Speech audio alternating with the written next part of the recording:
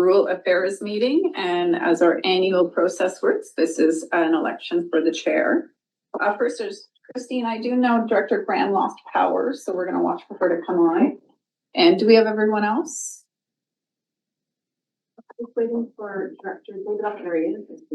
Yeah, we have everyone now. All right. Except for Ham. No, he's there. He's there. Okay. All right, so we will begin with our annual election for the Rural Affairs Chair. And I do know we have, sorry, Christine, I know we have one nomination. Nomination for Ray Jackman. Okay, we've received 2 nominations for Director Jackman. Thanks. Do we have from the floor further nominations? And asking a second time? In line? And a third time. Well, there we go. Nobody wants to draw. I didn't hear him accept it. Oh, I'm sorry, Director Jackman, do you accept the nomination? Maybe writing. Yes, yeah, advanced nominations are accepted. It was a joke. Oh, Okay. I ratify the appointment of Director Jackman as Chair of the Rural Affairs Committee. And we don't need to destroy ballots, and I will move to the other part. Everybody gets to refill their cup. You say good job. Nice.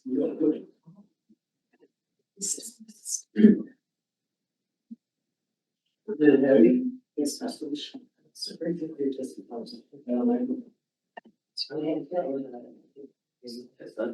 My charger up here, because I'm sure that somebody else strike you. Water.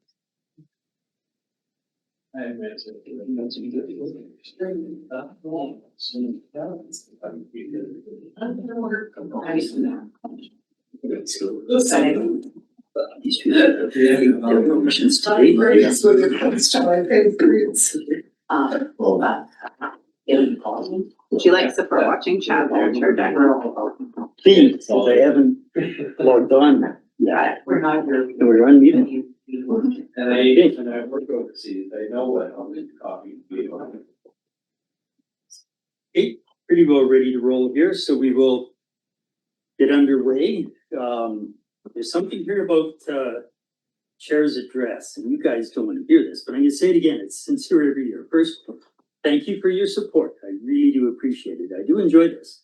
And I enjoy working in agenda prep with Chair and Vice Chair. And if you think things should be a little different, because sometimes whoever chairs the meeting might editorialize, tell me. Some people have told me off to the side, and don't be shy. If you think I'm throwing a wrench in the works. This just happens to be my thought. That's my bad humor of the day. I'll try and contain myself for the rest of the meeting. But no, feedback is good, because sometimes we've gone 3 hours, 30 minutes. Sometimes we've gone 40 minutes on this committee. Highly variable. I feel always if staff are finally ready, pull pieces together and they have an application to come to us, and it could be 8 in a meeting, we have to really address them. Time is money for everybody. So we'll see agendas that are stacked to the roof, and then sometimes we don't get outside applications that are ready to come. There's always something in the works. So without apology, I mean, the length of the meeting is what it is. But if you have thoughts, let me know. So we will get to that business for this week. Going back up a little bit here. Because we did the election, but we didn't do the, so we want to acknowledge and respect the Indigenous peoples within whose traditional lands we're meeting today.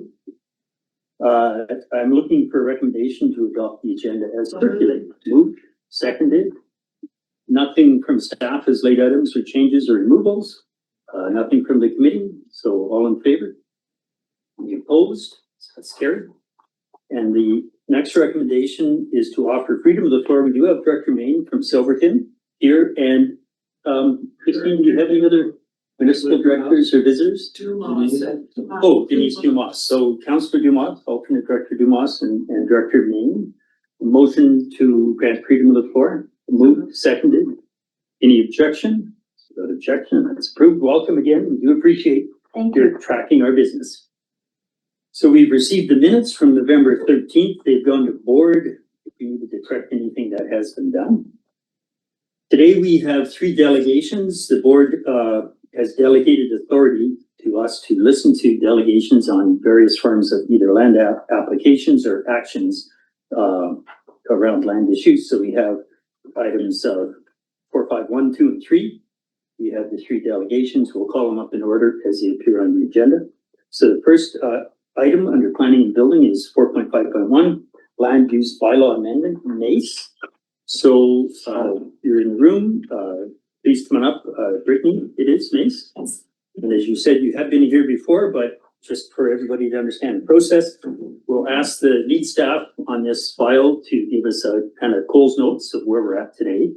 And then we would invite you to add any information that we may not be aware of. Hopefully don't try and read everything we've seen so far. New information and relevant information, and if you're willing to answer questions from the committee, that would be great. Following that, I'd ask you to return to the gallery because when we move a recommendation and debate it, we won't have any other voices at the table other than the committee and our invited directors. So with that, Sadie, please go ahead. Thanks. So this is an application you folks have seen before. It's an application for a land use bylaw amendment in electoral area F to rezone the subject property from country residential R2 to country residential R2 site specific.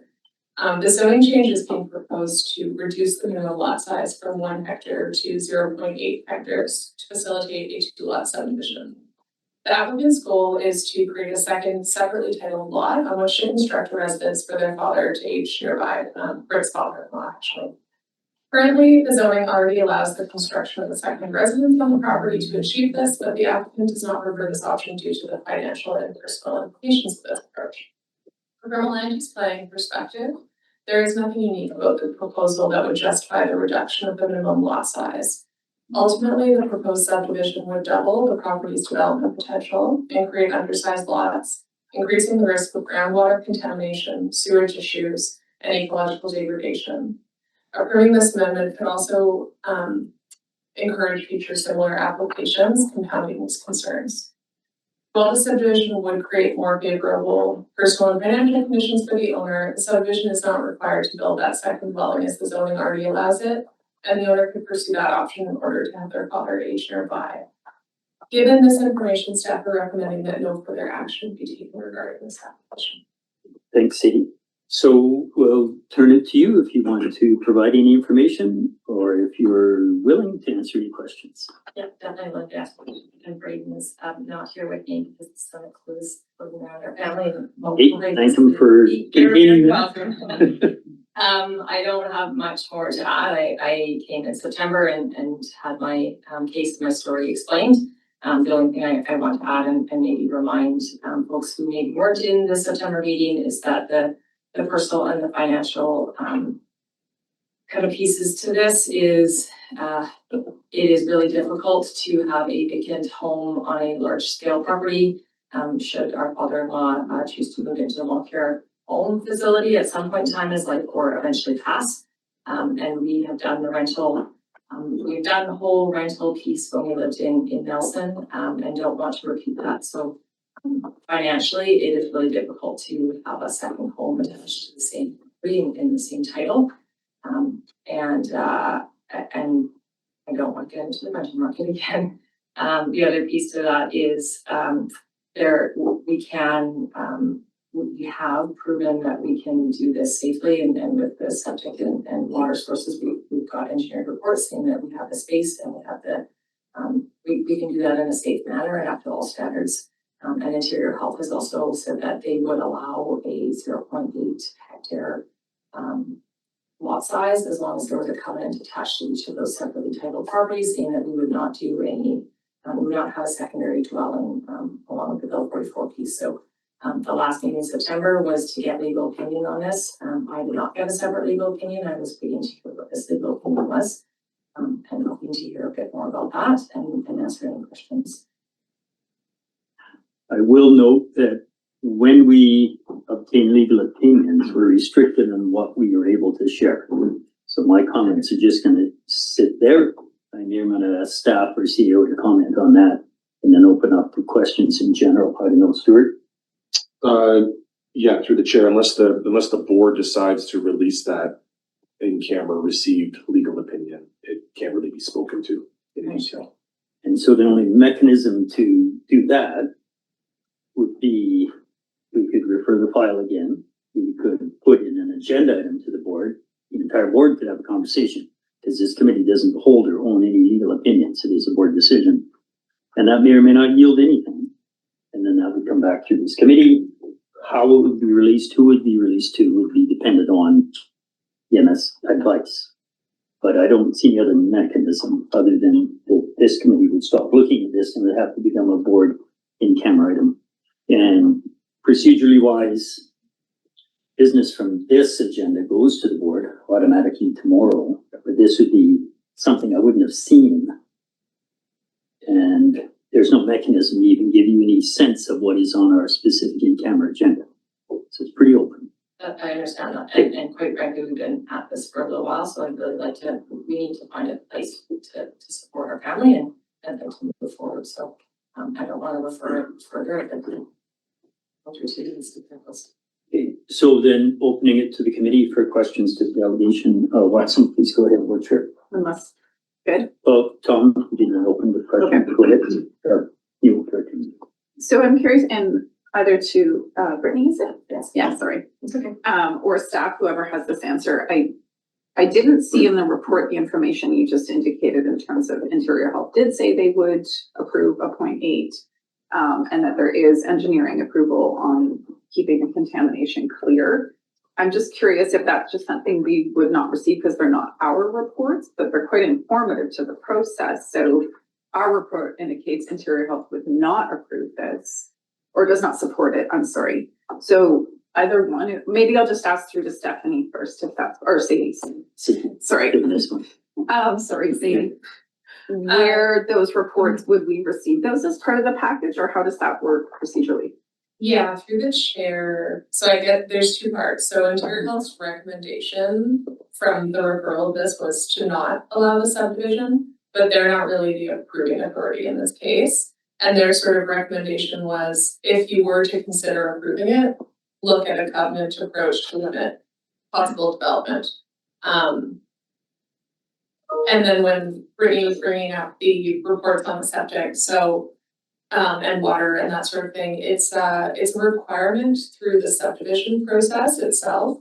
So when she makes her application to the Ministry of Transportation and Infrastructure, she's required to provide a septic report showing that each lot can accommodate 2 type 1 septic systems that are set back far enough away from wells, water sources, all that kind of thing. So that's what you submitted so far.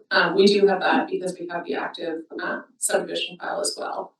It was not totally included in this report, but if you look at page something here with the site plan, page 8, you can see the sort of excerpt of the septic report we actually used as the proposed plans showing sort of the layout. And that would be required. So if this application were to be approved, she would need to demonstrate, of course, that the septic capacity can be done for this lot. For the 2 proposed lots. Okay. I have a supplemental. I don't know if you want to add. No, just that the engineering report, the septic report, it was done and stamped and they are in support of and have proven that we can have that in 2 separate systems, save them. Okay. Sorry, Chair, supplemental. Absolutely. Go ahead. And by all means redirect this one because I think that the complication with this is with Bill 44, when if we were to approve this, what we're actually saying is 2 are approved. And that's the complication on our end is we don't have provisions for certain limitations anymore based on Bill 44. But my question through to staff and Chair, if you want to pause this one, I recently read the most recent update from the province on that. And they had flagged 2 things that I know I'd asked previously on Bill 44, and I'm not sure if something has changed, but the 2 things were that it applies to areas that have local government servicing in place, including water and sewer, and only on communities over 5,000 of a population. So I'm wondering if, to further complicate things, does Bill 44 really apply here, or can we, and we won't get into the covenant conversation, we had that one. Yeah, And someone signed, so I'll stop. Yeah, so there's too many moving parts here, I think. There's another clarification might be, did we have to actually incorporate accessory dwelling as a separate dwelling unit? Or could we created conditions or situations where the secondary suite only was required? I think there's too many moving parts to go very far down this path right now. Whatever you can offer in really quick. My really quick offering is that, our understanding is it does apply to the RDSK, but different regulations. So more density required in municipalities, less density required in the rural areas. And if the option, could have we restricted the second unit to be within the principal dwelling as a suite versus we've changed a large number of zoning now to actually allow the second structure, which is a different thing in terms of setbacks, the footprint on the site, the availability of secondary septic systems, all of that is tied together. Not something we're gonna get solved today, but I think we need to look at. Appreciate you bringing it up. Other questions from the committee? Oh, yeah, sorry, go Can I ahead. just add to Yep. that too, the Bill 44 piece, which we talked a little bit more about in September. One of the, there's an FAQ attached to Bill 44 online that clearly said that it's not recommended for municipalities to restrict Bill 44. However, there's a subset to that where if there's health and safety conditions or health and safety requirements that need to be met, it is okay to restrict it. So when we came in September, it was very much, and I totally understand about precedent setting and where you are all sitting right now and making this decision. But this one, to me, it falls under that health and safety exception where it is allowable by a municipality to restrict Bill 44. And that's where you folks had your legal opinion kind of come in, but we just want to add that it has been approved and is put in that FAQ. So that would change the nature of a site-specific rezoning. It would not just become site-specific with a minimum lot size of 0.8 hectare or whatever. It could then become site-specific with 0.8 hectare and accessory dwelling unit not permitted, but secondary unit must be allowed, depending on who owns it in the future. That's a different set of words that I don't think staff would be prepared to draw up that set of words right now, if we thought it was the right approach, and if it conforms with these additional little tidbits the province is feeding us. So I don't see Sadie, she's writing, but she's not looking like she has any other response. Other questions from the committee of the applicant? Didn't see anybody online, nobody in the room, No one in chat. nobody in chat. So thanks very much. If you wouldn't mind returning to the gallery, we will consider recommendations which would go to the board tomorrow, or unless it's a recommendation of referral. So I will go back to staff's recommendation. There's no further action. Opening it to the committee, maybe I'll look to you, Director Newell, if you want to open on this, or you have a recommendation. The floor is yours. I do have a recommendation. Thanks very much for the conversation. The complexity, I mean, I support the applicant's request theoretically because it makes sense. And now once you see something that makes complete sense, then you get into the nitty gritty of how do you implement that which makes sense. And we've just opened up some things that are even new since September or November or October as it's been going on. And I do know that you need to make a decision, and I am not ready to move a recommendation that would lead to a firm decision at this point in time. And I do not want to move recommendation number 1. So that leaves me with only one option, that is, and there's no debate on referral, on the propriety of referral, but I am going to move referral to January to allow me a bit more time to sort through the complexity of this issue. So looking for a second on referral, seconded, and not to allow you, to allow the committee more time to understand this and allow staff. So on propriety of referral, Thank you. January rack to Sadie or anyone else online and staff, because management might have something to say about this does that make sense from your timeline to look at? Is the direction to staff to look at an alternative site-specific rezoning? Is that what we're looking for? And to staff, would that make sense? Would you be able to? My intention was to refer it as it stands with no other formal in here expectation Okay. of staff to do anything, but I may ask staff a question. As I try and gain understanding. Offline, you're thinking? Offline. Okay, so you don't have any specific tasks, so I guess you can't object to it coming back in January, right? It's acceptable. Just then vote on referral. All in favor of referral to January Rural Affairs? I see online 2 hands who are not in the room. Maybe there was a third one. And any opposed? We don't record opposed. Okay, and so that is carried. That refers to January rec. Thank you for your indulgence. You're welcome to stay and hear the other applicants or as you said, ready to go. Okay, we will address item 4.5.2. This is Bouchard. Area G, we have Louis Bouchard in attendance. Thank you. You just heard sort of our process, how we will go through this. This file is Sadie again. Please go ahead with a summary of the file.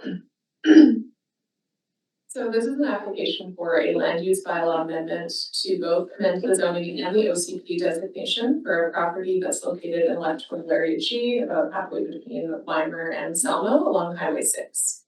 The property is currently zoned and designated for residential use, and the applicant is proposing to rezone and redesignate the property for industrial use, specifically to be able to legally use the property to manufacture wood products and as a storage yard for industrial equipment and semi-trailers. The property owners also own 2 neighboring properties to the south, and this property was purchased in 2024 in order to expand their business operations. The property owners have already started to use this property for industrial purposes in contravention of the land use bylaws, and this application has been submitted in order to seek retroactive compliance.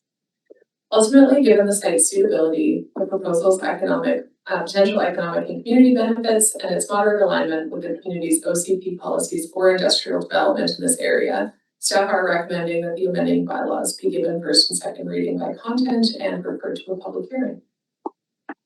Thanks, Sadie. So, Mr. Bouchard, to you, do you have anything you want to add in terms of information and or answer questions? Yes, thank you everybody that we come here today to explain our project. A little background, like Sadie explained, our company is in business for over 30 years in the Selma area. We grew up to around 300 employees. So in the different line of work, like we are like based out different places. We have an office in Nelson, we have an office in Oakland again. We're doing business in studios, like different places around here. So like Sadie said, the land was used. So what happening? We bought the land last year, 2024. The person that was in charge of that process did not really follow the proper step. The person doesn't work with us anymore. When I took over that process, since I have a little bit of experience with RDCK, I asked about if the process was where we were with the process, and they told me that nothing had been done. So I contacted the RDCK and I submitted like an application for rezoning and acknowledged that something was done wrong, but we're here to fix the mistake. So Just gonna note somebody's, hands, Director Cunningham, please, can you remain muted until we get to the questions? Thank you. I'm trying now. Okay, thank you. Please continue. So that's where we are now. And just to make sure that we understand, like as soon as I transmitted all the information to the RDCK, I always be transparent and open with Ms. Sadie. Like I remember I answered her phone call. I was in Toronto in the summer and my vacation, and I see RDCK calling, so I took the phone call. So I just want to make sure that we didn't try to hide or do something wrong. The person that was doing that project unfortunately was maybe not the right person, but now I think we moved the ship and we are the right person and we try to doing good. So by fixing the mistake that was made. So why we're rezoning is really because we want to diversify more our line of work, to make sure that we keep all those employed during different seasons, because we have really seasonal work. So we did on forestry road, but we do aggregate, we do different line of work, and some equipment need to be used at different time and different season. So we need a place to be able to store that equipment in our area, make sure that we are able to process with the different contract that we have. The other part is when we talk about wood manufacturing. Yes, so we're not a sawmill, but we're doing specific wood contract for different entity, BC Hydro was one that Breakwater that was requested for us. So that was a different, so it's better, especially wood, to make sure that we keep our people employed. So that will, if we are able to rezone that property, that will make sure that we are able to keep our people employed and have a place to keep growing our business and be a good partner in this area. And so when this lady sent me the recommendation, I saw some comment, that was to me maybe a little bit harsh from maybe some people that don't know our organization, that say that we were not caring about the local population, and I just wanted to address that. I think it's not true. To give you an example, for me, I'm running the shop, so my main employment is running a shop. And with all our equipment, we have plenty enough work to be always working on our own job. But when our DCK village of Weimer need their fire truck inspected every year, I make sure Nathan know that in August, I'm taking care of his equipment. So with the village of Samo, we just landed a couple weeks ago, a truck and equipment to install all the Christmas lights in Samo. We bought the Zamboni for the village of Samo so they can have an ice rink and everything. We're volunteering on the Salvation Army, and we're volunteering at the curling club, the ski in Samo and everything. So when I see that some people think our company is not involved in this community, I find it really saddening, because we see it in the other way, and we always try to help people in our community. So for those reasons, that's why we are proposing this. I'm happy to answer any question. Okay, thank you. And I see Director Cunningham, you had unmuted earlier. Did you have a question to lead on?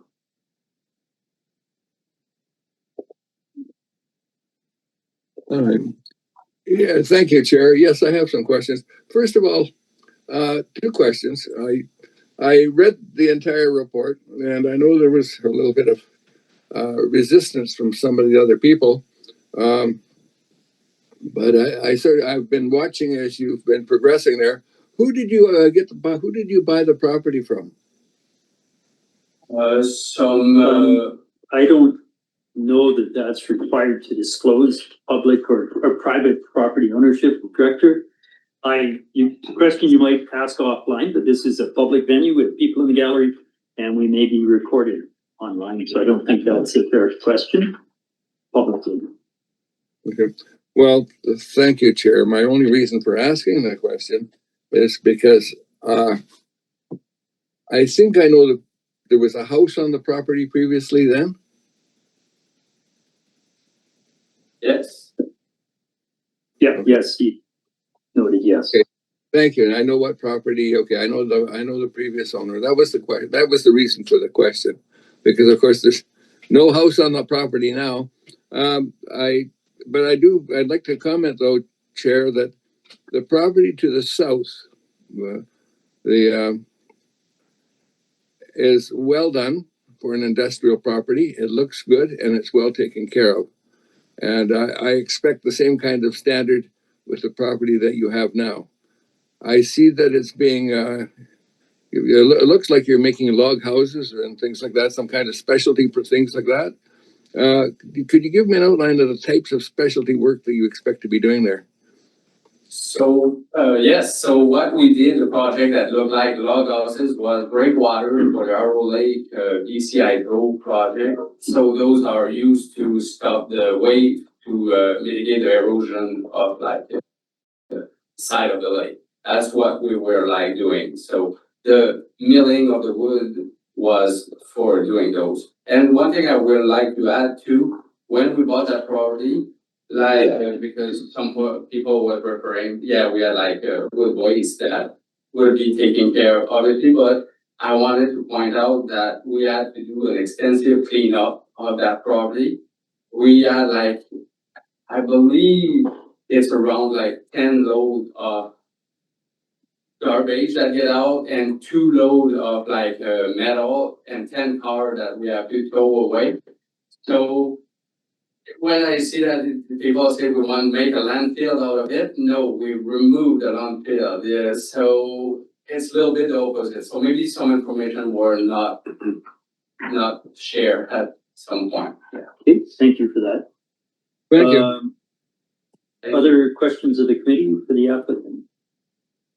Seeing none, not seeing any online. Thanks very much. If you wouldn't mind returning to the gallery.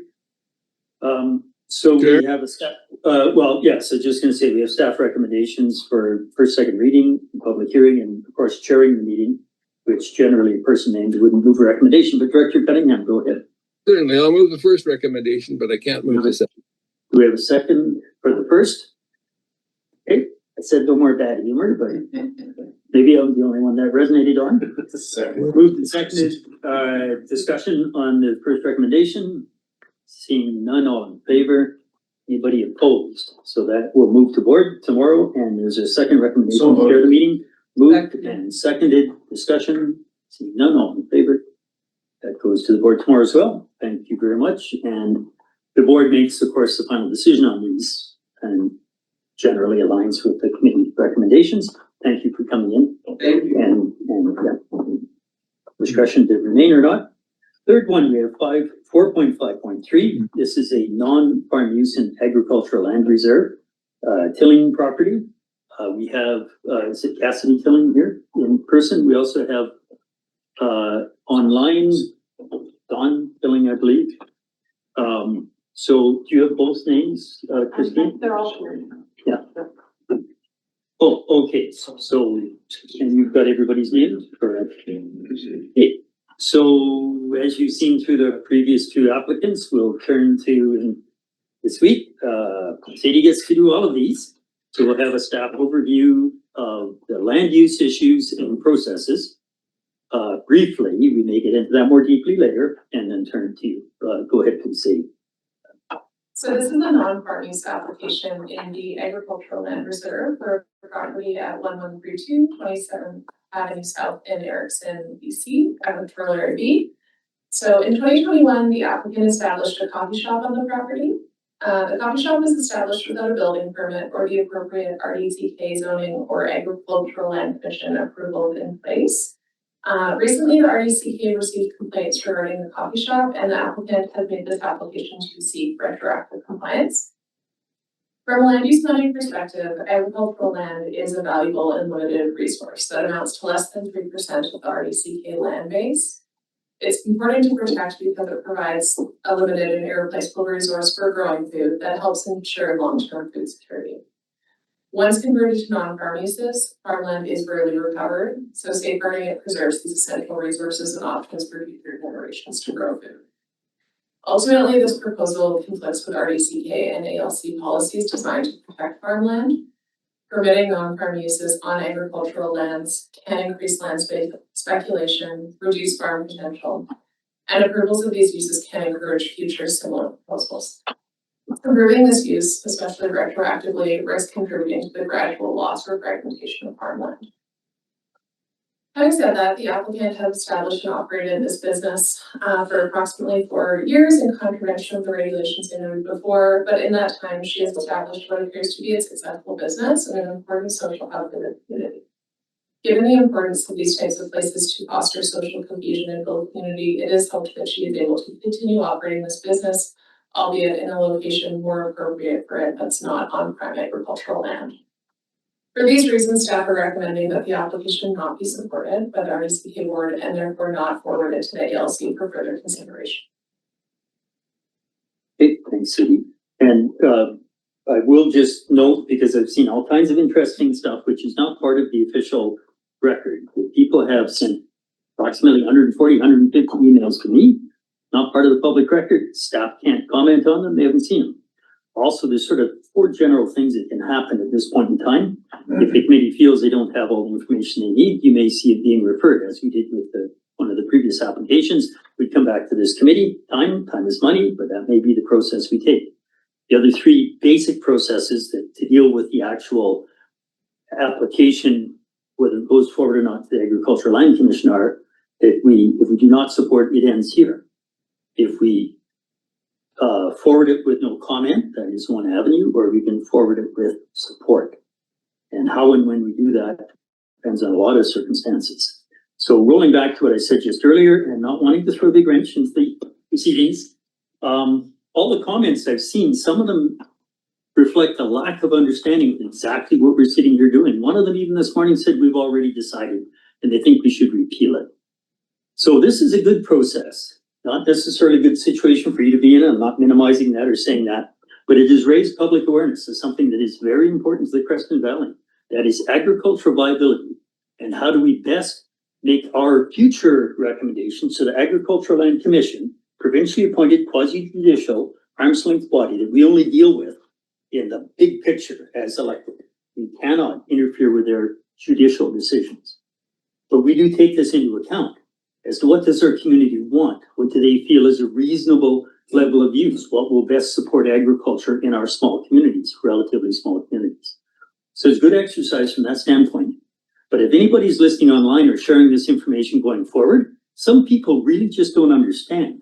But if they want to make the social media statement that they know what's what and how things happen and what we did or didn't do and what's unlawful or whether or not we lied as a regional district, I will happily meet them for a coffee.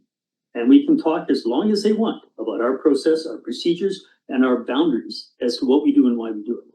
So just a statement in general to the public, and you guys, you said you wanted me to go ahead and share this for another year. I think you'll find the directors individually very open to letting people know exactly what our role is, because it is misunderstood. So thanks for bearing through that. Any additional information you can provide us would be welcome at this point, and if you're willing to answer questions, please go ahead. Absolutely. I'm Dawn. This is Stephanie, Cassidy, and Brittany, who owns Brittany's Flower Farm, is at work, working with her mother. So, my daughters are introverts. Let me just address what you just said.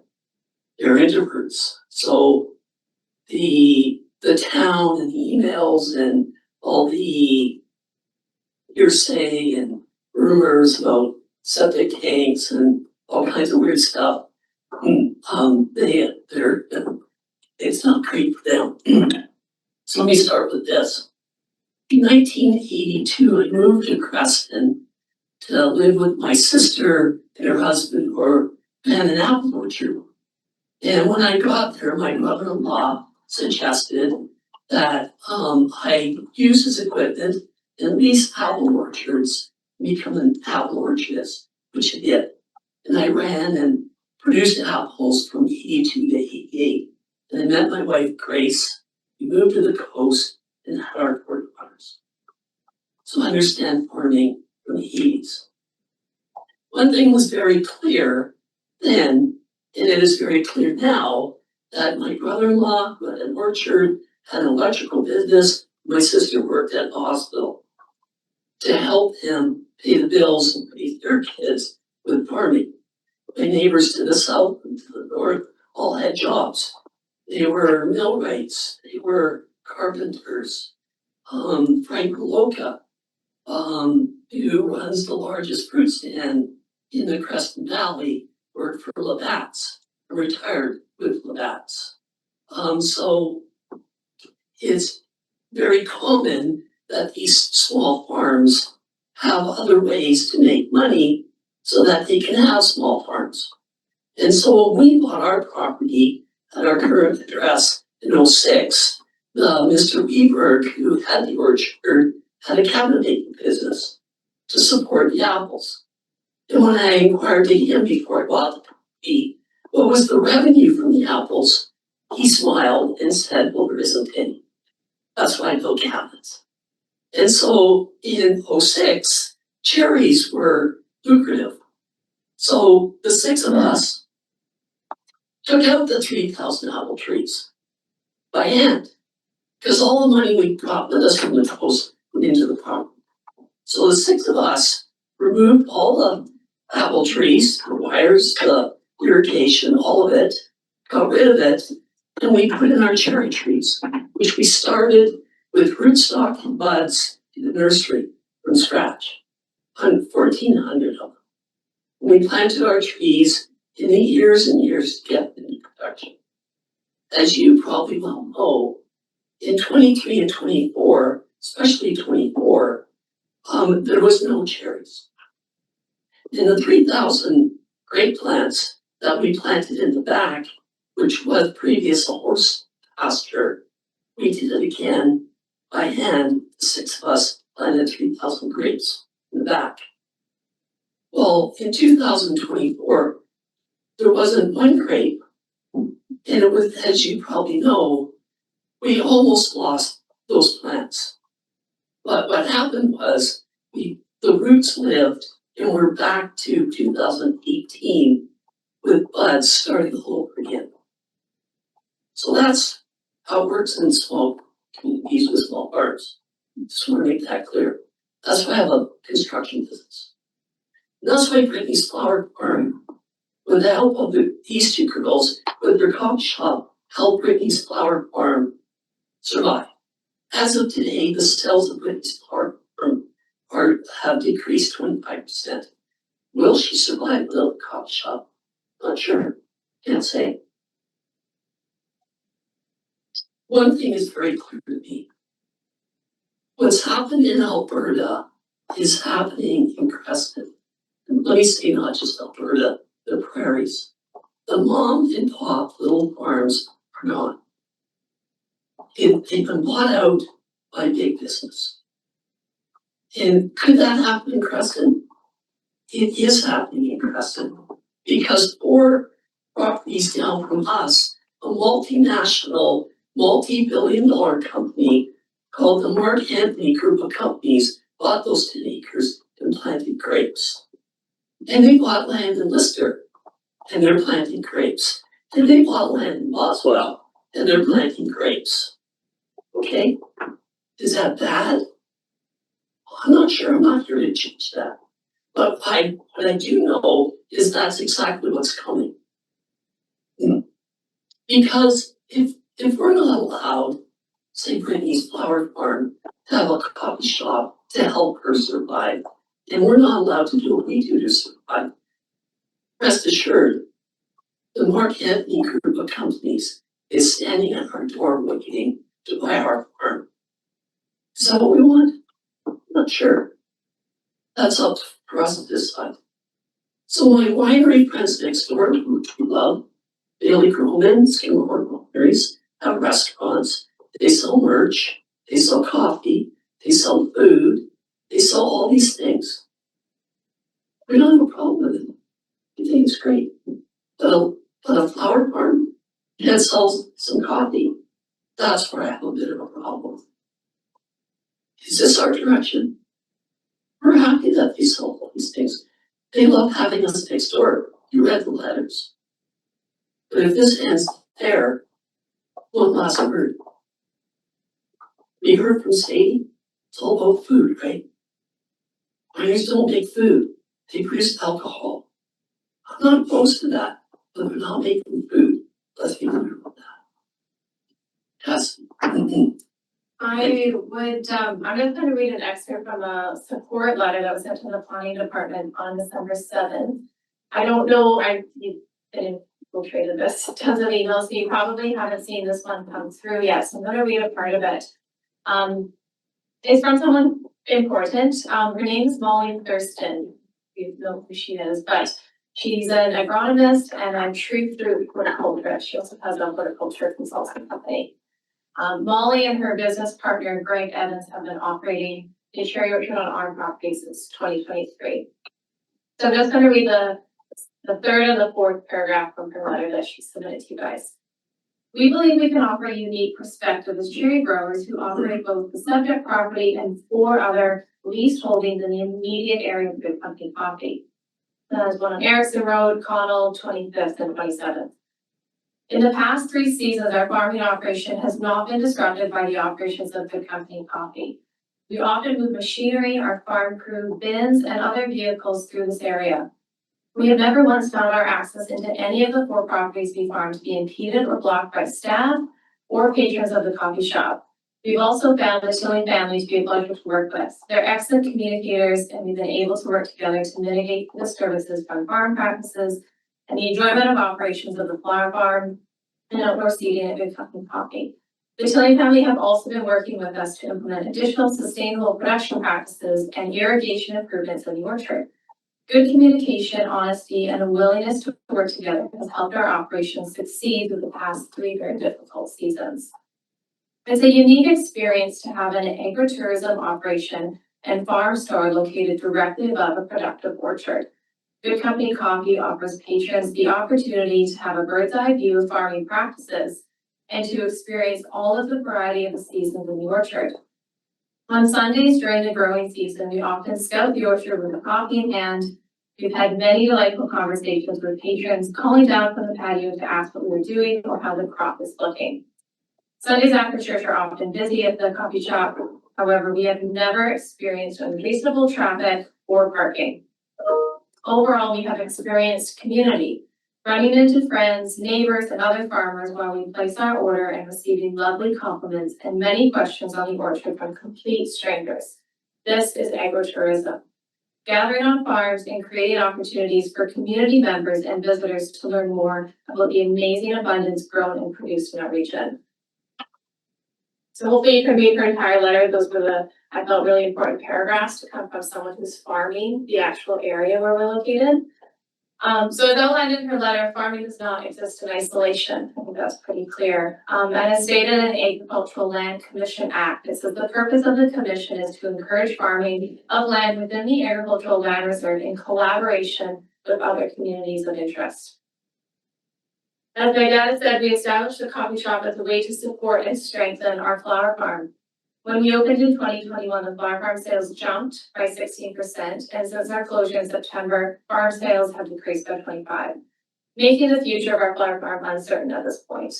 We believe that adding a coffee bar has strengthened, not diminished, the agricultural viability of our farm. I want to emphasize, no farmland was taken out of production for our coffee shop. The space we used was never suitable for planting crops, and we repurposed an existing building for our business. I would also like to acknowledge the traffic and parking issues that have arisen since we opened.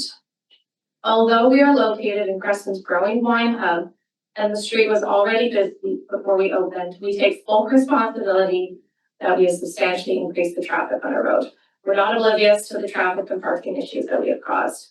There are many things we didn't get right when we opened this business. Parking is just one of them. We've already reached out to 2 of our concerned neighbors to apologize. We've talked through solutions. We now know who the 3rd complaint was from, so we can go and talk to her now.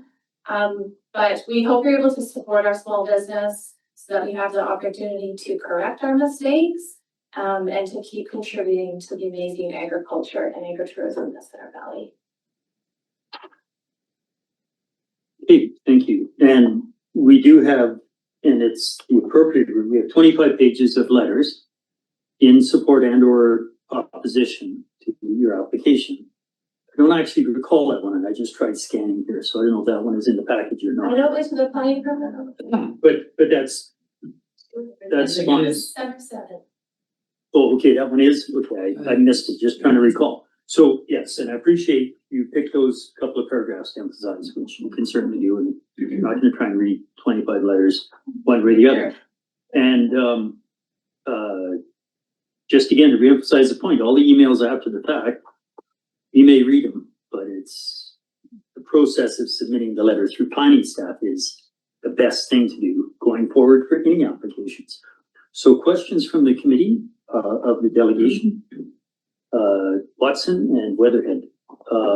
Don't see anybody online. Please go ahead, Chair Watson. Yeah, thanks. I was just thinking, Director Tierney had a question first. Thank you so very much. I just want to say, as someone who attempted farming and could never afford to farm, even though I really wanted to, I really just want to give you credit for all the work you have done to do your best to make small scale farming viable. Well before I think I'm in excess of 400 emails in the last 3 days. Oh, I'm sorry. No, you're well supported. I think I saw 2 that were not in support out of all of that. I did try to read them. When I first saw this application, and this is no discount to staff, we have regulations and then we have what happens on the ground. I was so grateful to see what you guys were doing, and I knew you were well supported. So I just wanted to acknowledge all the work you've done. Thank you. And my question, and I think you already answered it, Cassidy, was just, I didn't see in the report where the actual coffee shop was in relation to the soil rating.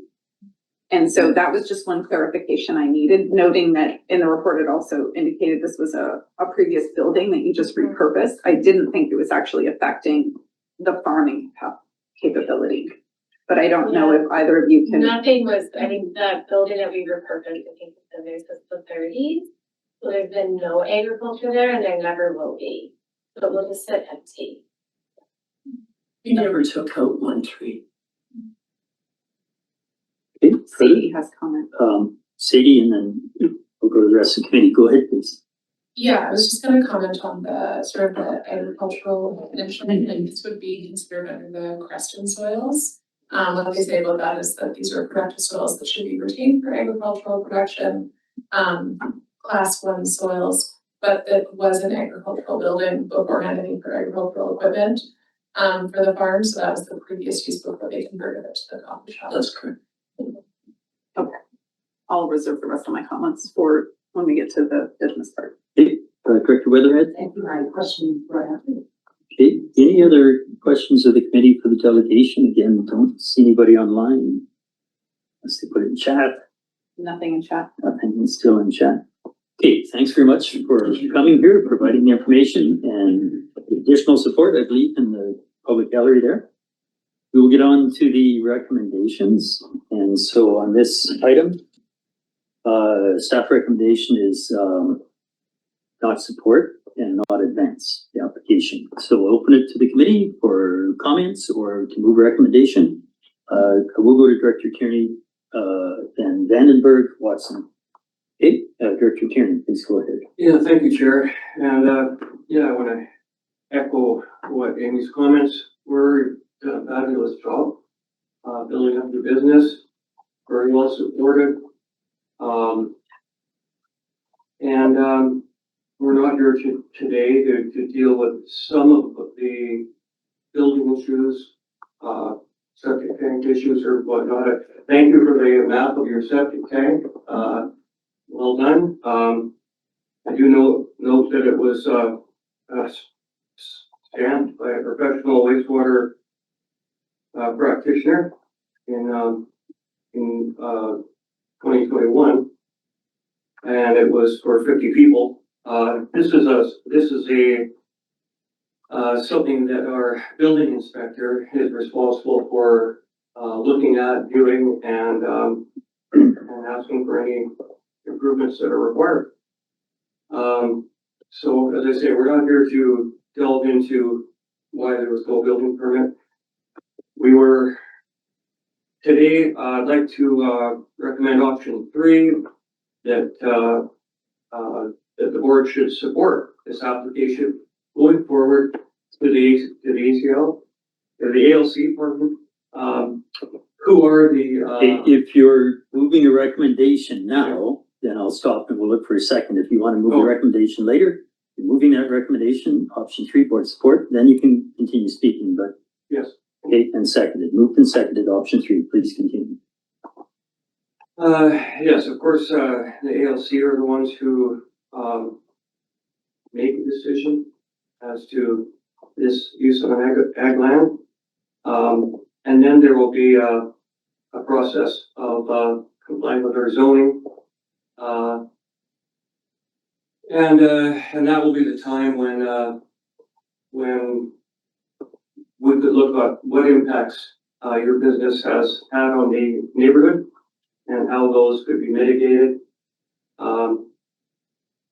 Certainly hope you can mitigate the issues. You're a very important company to the valley, and I'll leave it at that, Chair. Okay, thank you. So I have a speakers list, which will now be to the recommendation, to support or not support and or other information at Vandenberg, Watson, Popoff, Weatherhead. Director Vandenberg, the floor is yours. Great, thank you, through the chair. Director Tierney has touched on a couple of the things I wanted to have Sadie provide very clear process and what's going to be happening next. Because what we're doing is we'll be involved in the next step of the ALC, and then there's going to be a process and a set of steps that I want to ensure is very clear. If she could outline that for us. Sadie, go ahead. Through the chair, so if the recommendation that Director Tierney just recommended passes the application, so your recommendation plus the package, this will all advance to the ALC. They'll evaluate the non-farm use. Ultimately, they'll have the first opportunity. They'll get to make a decision ultimately. If the ALC does not approve this use, there won't be a path for them to proceed with this on the subject property. If the ALC did approve it, they would next need to come back for a rezoning application, likely rezoning an OCP amendment to consider having a coffee shop on an agriculturally zoned property. At that time, as you guys know, with what was just happening with the Bouchard application, that would proceed to a public hearing, given that it wouldn't be consistent with the official community plan. All of this would give notice requirements, that sort of thing. So the public would have an opportunity at that time. We'd actually be soliciting public feedback. What do you think about this proposal? How can the impacts be mitigated? If there's things like traffic, noise, operating hours, all those sorts of things can be looked at the time of rezoning. So that would be the next step. And then once a rezoning, a rezoning would be approved, at that point, that's when they can apply for the building permit to change the occupancy of the structure from being, I believe they're seeking current approvals to make it suitable for the flower shop. At that time, I believe they can change the occupancy to make it suitable for a coffee shop, which may have different occupancy and that sort of thing. I'm not a building official, but basically ALC approval first, then they can seek RDC zoning approval, and then they can finalize their building permit. Further, Director? Supplemental, if I may. Yes. So thank you for that. That has to be very clear in all this. As I go through the tons and tons of emails that we've gotten, to the chair's point, clarity within the community needs to be understood. And my point around, and so at this point in time in which it's really interesting to see how much support our community, when it's time to step up, our community steps up. And regardless of their point of view, it's irrelevant. That fact that they stepped up, then showing us how important democracy is, especially to a small town, to a small area, is impressive, and that's why I'm saying this noteworthy. Thanks. And also for clarity though, this recommendation that will go to the board, if it is sanctioned by the board, is really more a political, social evaluation of circumstance, whereas the not support report from technical side, from staff, will still go to the LC because it does not conform.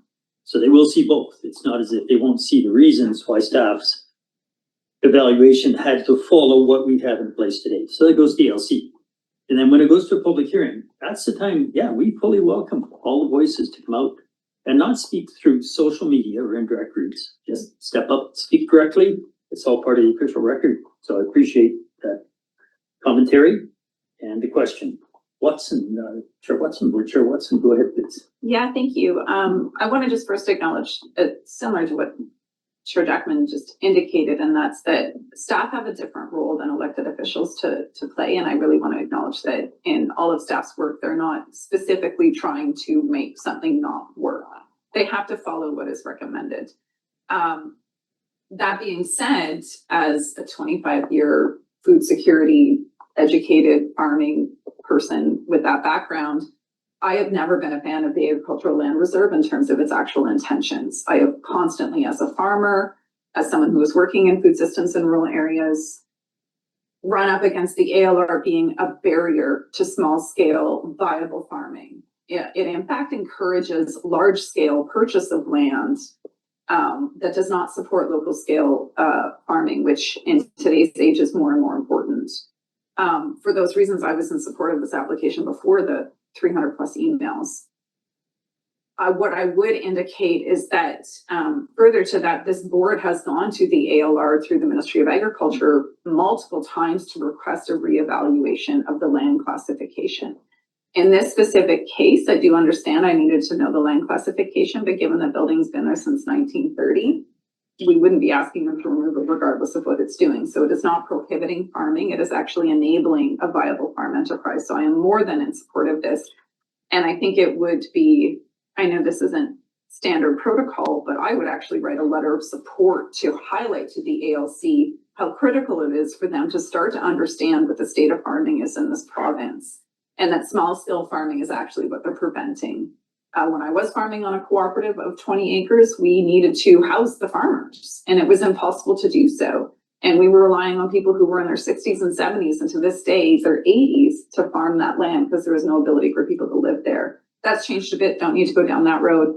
But I'm just really supportive of this application, and the ALR itself is not doing what it intended to do. In fact, it's working against the intention. So fully support it. I'd write a letter of support in addition, and I don't say that in any way to count the work Sadie had to do. Just to clarify, you're not trying to make an additional. I'm not. I actually would have to look into how to do that. I think it's also an opportunity to highlight to the ALC how inefficient they are being in terms of their intentions. But I will keep that separate at this time. So not going too far sideways, not a direction of staff. We have talked to the chair and CEO of the LC about what we call the small farm model. We have made progress in terms of our farm footprint. Some supported, some have pushed back on that. We can move further down that path, but it should be on a big scale. Yes. As all of these things should be on a large Chair, scale. point of order. Yes, Director Davidoff, please. Yeah, go ahead. I'm just wondering, the chair is prepared to write a letter. Usually that's done at the request of the board. Is the chair doing it in your own personal capacity? Because you are the chair of the board. I'm not sure of the board. Are you meaning Board Chair Watson or Committee Chair Jackman? Chair Watson. I'm not sure this is at this time. Yeah, I'm not sure this is point of order, but the answer is no, you're not pursuing a I'm direction. not adding that to this item. I'm highlighting we have an opportunity, but if we want to do that, we would do that in a separate action. Hypothetical. Thank you, Chair. Just want to make sure that's clear. Thank you. Yeah, that's the sort of thing that generally comes out of agenda prep, is we circle back and these are loose ends and we do that work every month before we set our board and or RAC agendas. The other comment I have to make, nobody comes to this committee in support or opposition. We come with a leaning and an open mind always until we hear the last word from the applicants and or staff. So just so everybody listening knows that. Director Popoff, please go ahead. Thank you, Chair. I am not a person of many words, but I've received quite good community support on this issue. I counted the letters. I've received about 70 letters, but I also take a look at farming. It's hard to have a farm, especially in the Slocan Valley, support itself on the farming. They have to have some other occupation or whatever to move forward. And when I look at this application, first of all, I'd like to thank staff for all the work that they've done. they have policies and procedures that they must follow. And they have followed the policies and procedures that we have and made the appropriate recommendation. I commend staff for doing that. We as directors look at it differently. Myself, I look at how much community support this has. And it is apparent to me there is substantial community support for what this non-agriculture use is there. And the coffee shop basically promotes the farming in the area. It's a hub for the community. And I won't go into details. That's there. I trust most of the directors read the letters and everything else. And then lastly, I look at the director for the area. What is the director supporting? And I generally take that as consideration on my decision. And I am in full support of the director's recommendation. Thank you. Thanks, Director. Director Weatherhead. Thank you. I too am in support of the recommendation of the attorney. My question to chairs to just to staff is, you know, I've got a lot of 50% area K-lands in the AMR, and so this is exactly the type of hope that I have, is that people can start being innovative on their lands and doing these various things. So now the ALC has made it clear that a winery is acceptable use, and then the ancillary lounge and beverage service based on the size of the percentage of overall parcel size. To me, it seems like a pretty straightforward argument to make that there should not be, we can't really grow coffee without greenhouses. But, you know, they're providing a beverage and probably some snacks in it. And what would be the difference between a winery and a coffee shop? I don't get it. Sadie? Yeah, through the chair, I think maybe the first place to start is to think about, there are a lot of permissions if you're growing the product on site to sell the product on site. That's like a natural harmony, as you noted. Can't really brew coffee here, not really the right climate. And so that's why maybe we don't see coffee shops typically. When we're looking at sort of, I mean, wineries also have different sets of regulations. So they're kind of just under a different category from the ALC side.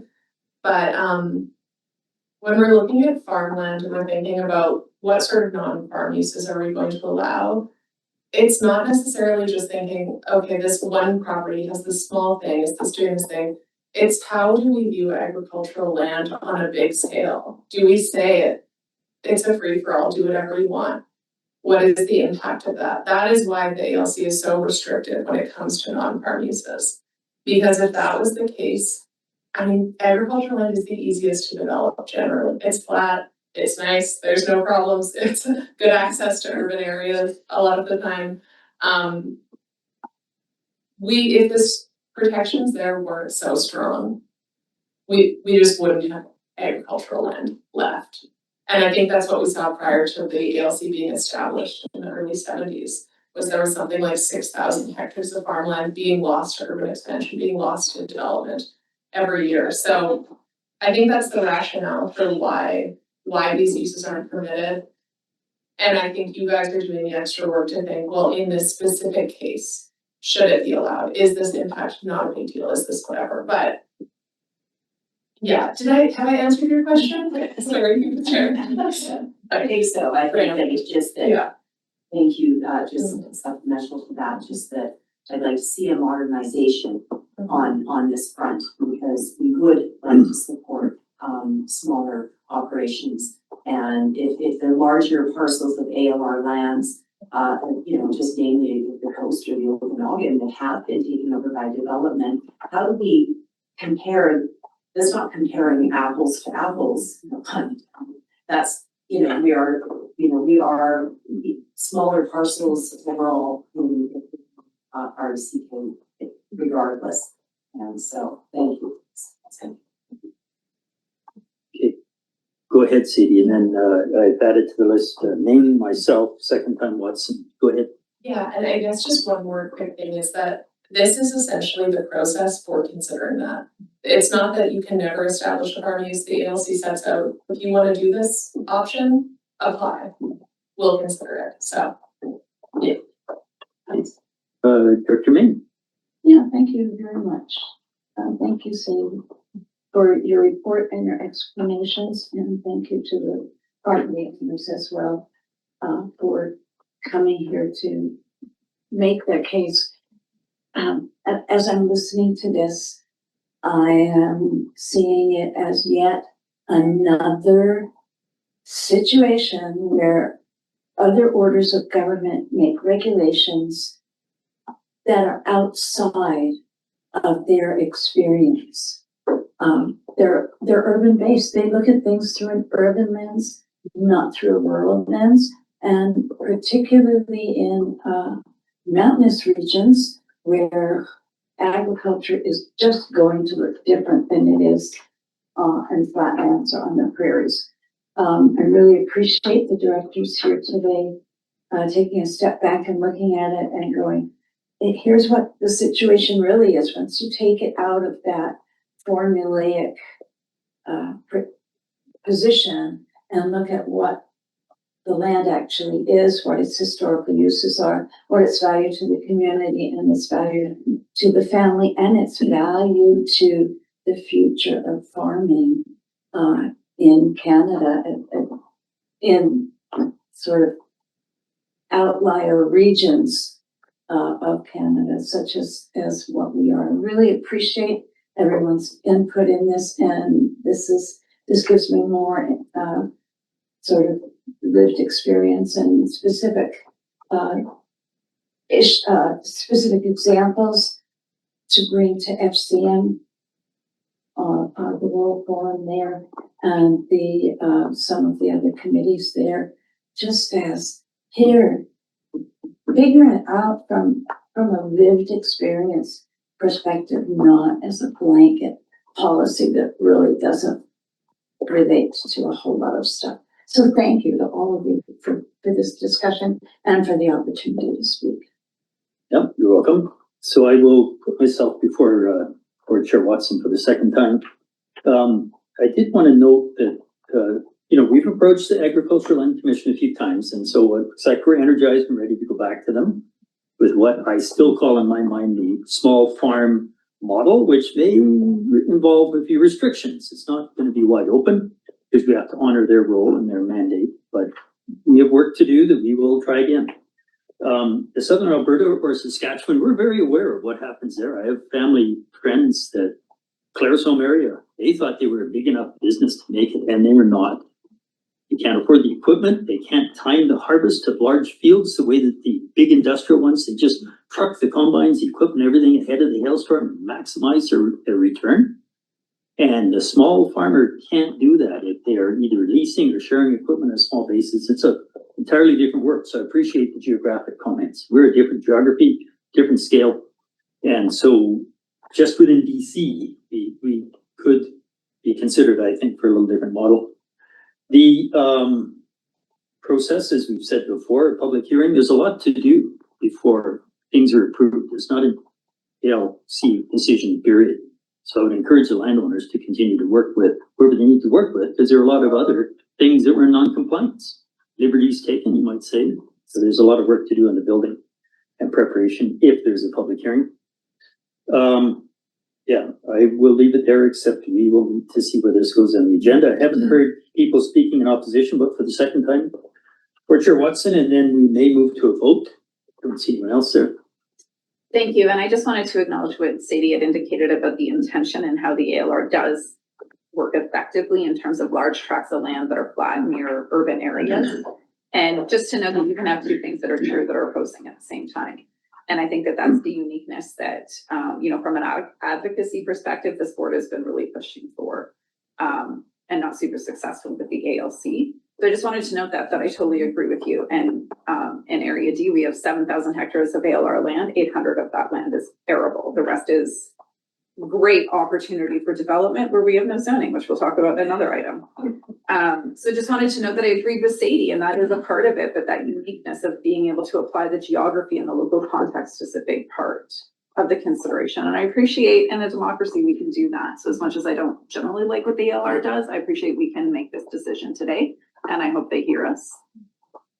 We should also note in Creston Valley, we have something unique, Creston Valley Agriculture Advisory Committee, that anybody can sit in on those meetings, and we sit in as we can, listen to the actual farmers make recommendations. Not that Chair Randy Meyer wants to see 150 people, as I have 150 plus emails at the next meeting, but that's absolutely a possible venue for people to express their interests, concerns, support, or not lack of support to that local committee, which we established deliberately for the valley. So it's there for your use. Seeing no one online, no other comments, questions, all in favor of the recommendation to support? Any opposed to that recommendation? So that is carried at committee, goes to the board tomorrow. We will see where that goes from there. Thank you very much, as with the other ones, for coming in today. We have a few other items of business. I don't know if people want to get up and stretch right now. I have, well, my computer says 11:16 in the correct time zone of the mountains. So it's 10:16. What if we take a bit of a break and come back at 10:25 for the next few items? And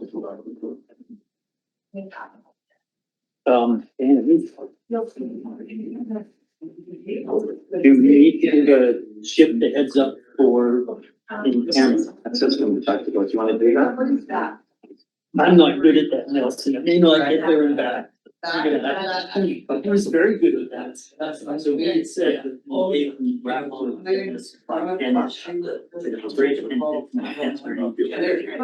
we could either go. I don't. Switch to. How long for your next item of controversial? Okay, you know, can you just give me a call on my phone? Okay. What's your request? It's Mike who's unmuted.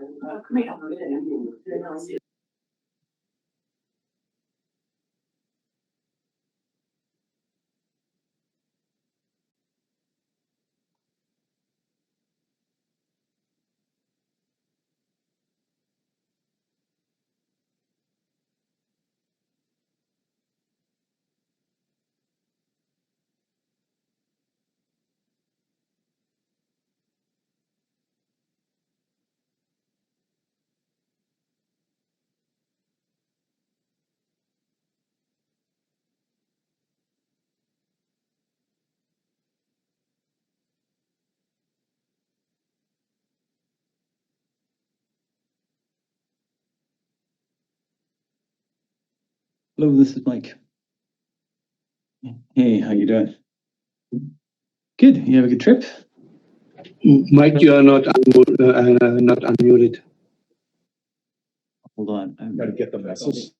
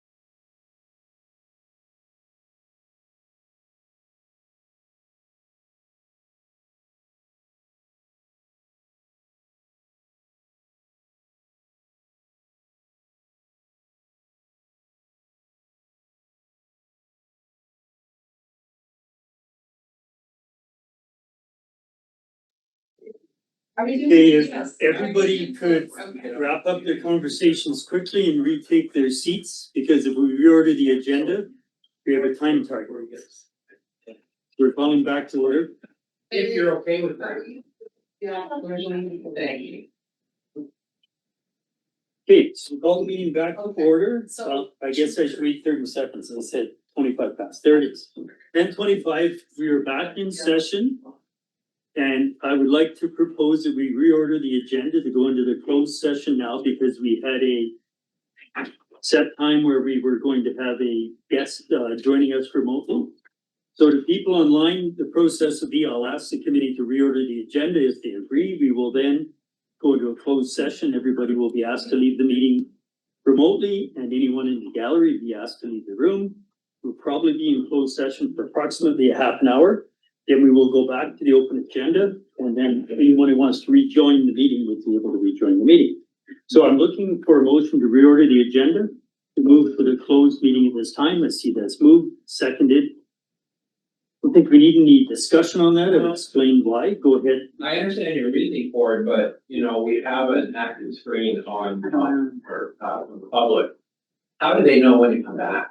So, You know, it's disruptive. CAO. So, Chair, if I could, if members of the public wish to come back into the meeting when we reconvene and open, if you wait about 10 minutes, 15 minutes, the meeting will be locked. So you can try to log back on. You will go into the waiting room. And as soon as we unlock the meeting to reconvene and open, you'll automatically be led into the meeting. So we do want everybody who has questions or anything at public time, which is at the very end, which would be after the, well, sort of be before the close. I think we're good for process. So on reordering the agenda, all in favor? I don't see any hands online. Any object? So we will do that. So I would entertain a motion now to close the meeting for the public. Motion to close the meeting for the public, moved, seconded. For discussion, all in favor? Anyone opposed? So at 11:26, we go to close. Again, I will call the meeting back to order at 11:06 local time. And I actually want to thank everybody. I see we've repopulated with online members of the public. I appreciate that you're willing to wait and come back for the rest of this meeting. And we still have now again one member of the public in the room. So we are at, I am at the wrong page. I'm sure there. We're at item 4.5.4, Planning Services Work Plan Review, all electoral areas. So Nelson White, Manager White, has a bit of a presentation for us to walk us through these. I wasn't quite sure when we chatted earlier, because this could take more than a few minutes. Did you want to walk through one shot for all of them, or were you going to address each cluster on its own? I have about 10 slides to go through that I hope will help guide the discussion. And then we'll go to questions at the end of the 10 as we maybe go through each recommendation. Please, go ahead.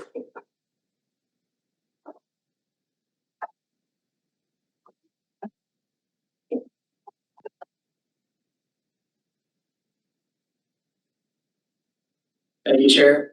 I'm covering mostly information that was in the staff report, but there is a little bit more here that I didn't have time to put in regarding especially some funding for some of the project work. And so we'll get to that in the end. So that'll be a bit of new information. I'm going to start with just a background of and how we got here. Talk about how we were going to propose revising the work plan and offer then some work plan scenarios for you to consider as you wrestle with the prioritization question.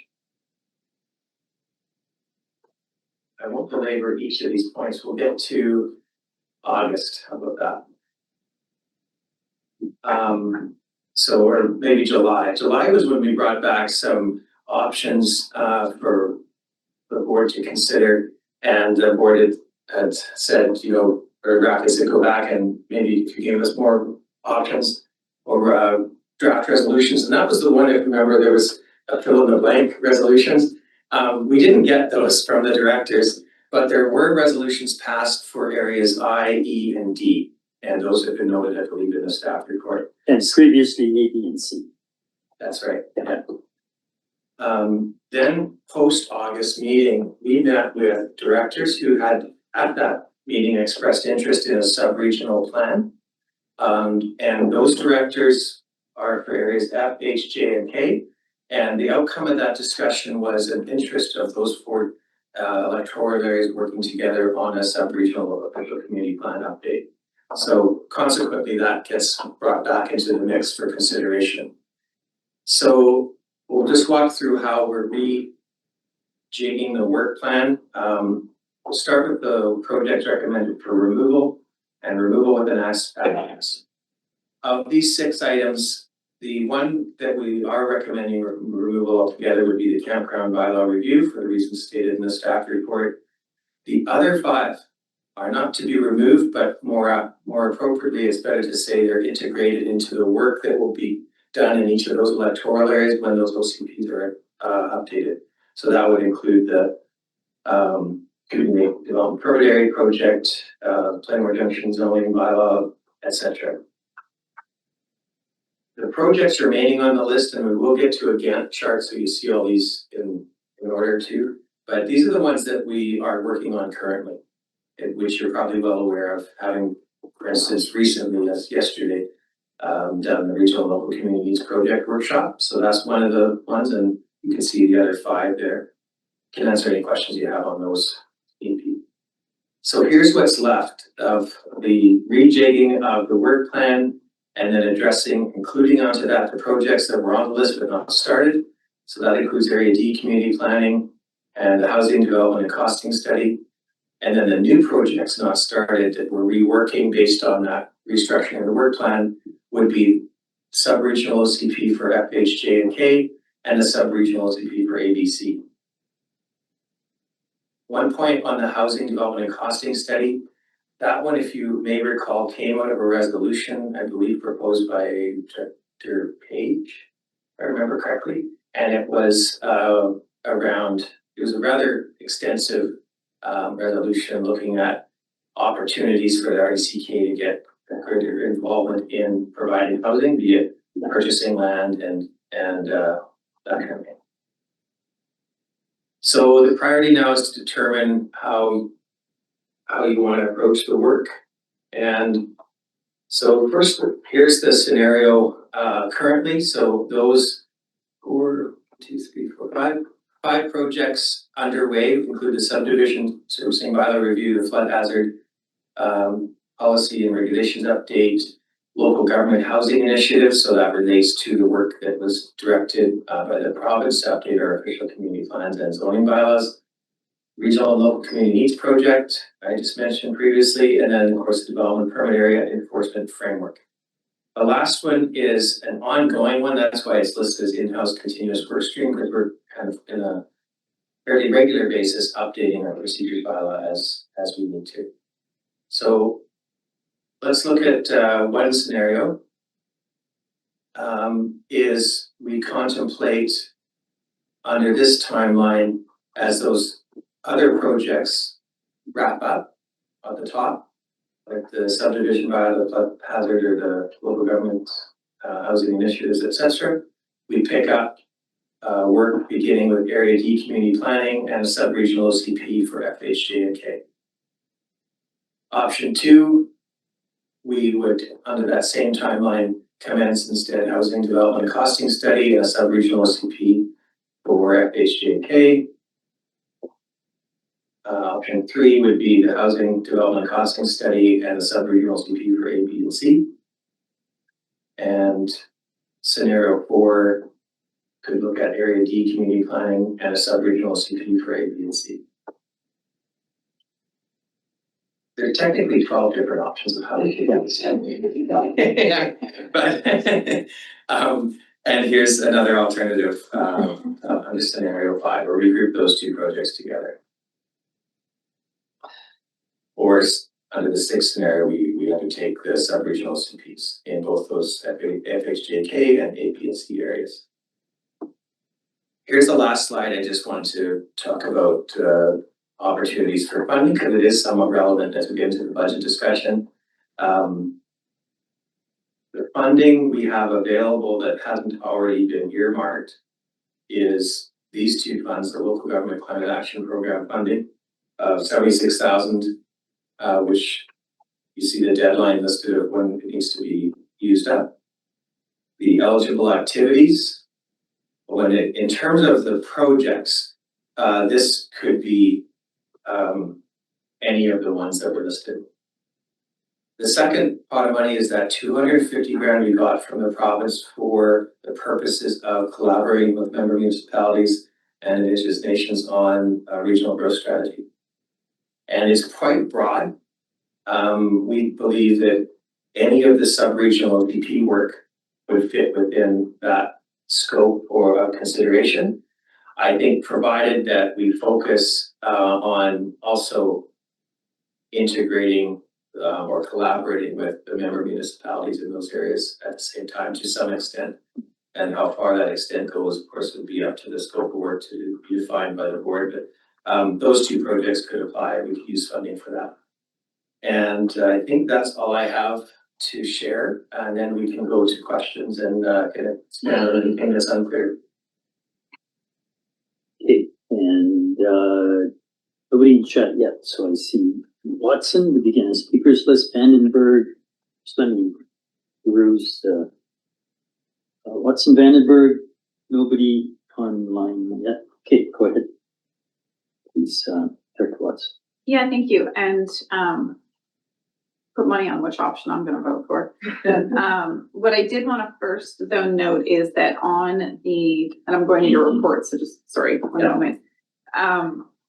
There was a couple that I noted. I'm curious to see. So first, I want to talk about the regional, local, and community needs project. That chart you presented in your slides was way more. That was great. You kind of answered my question, but I was mostly wondering why it would be maintained on the list, given that it closes January, February. And my understanding is it would require a motion to move any of the recommendations onto the list. So I just want to check procedure on that, because you would require board direction to say we want to do something like this.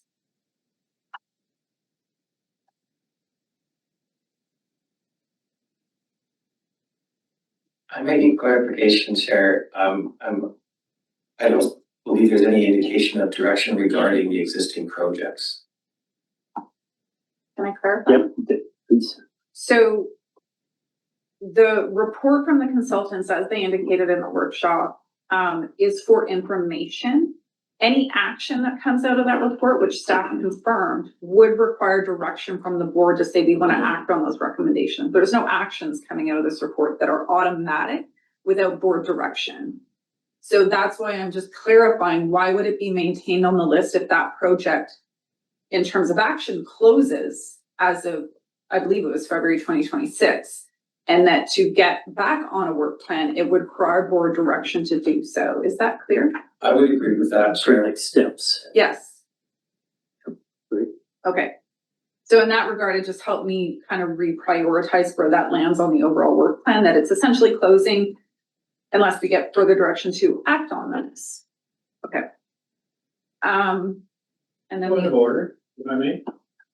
Go ahead. Can you, at the very beginning, what is it exactly that we're talking about? I didn't catch. Is it the presentation we had yesterday? It's the slides here. Do you want to go back to the slide? Or sorry, I was looking to speak. So I'm on, My apologies, I'm not zeroed in on exactly what you're talking about. So we're currently discussing all the things on the work plan. What I was just referencing is the regional, local, and community needs project, which was presented to us yesterday.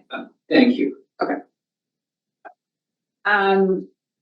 The other one I wanted to note was the housing development and costing study. Just from Area D's perspective, I would move that to the bottom of the list until we've dealt with our land use regulation issues.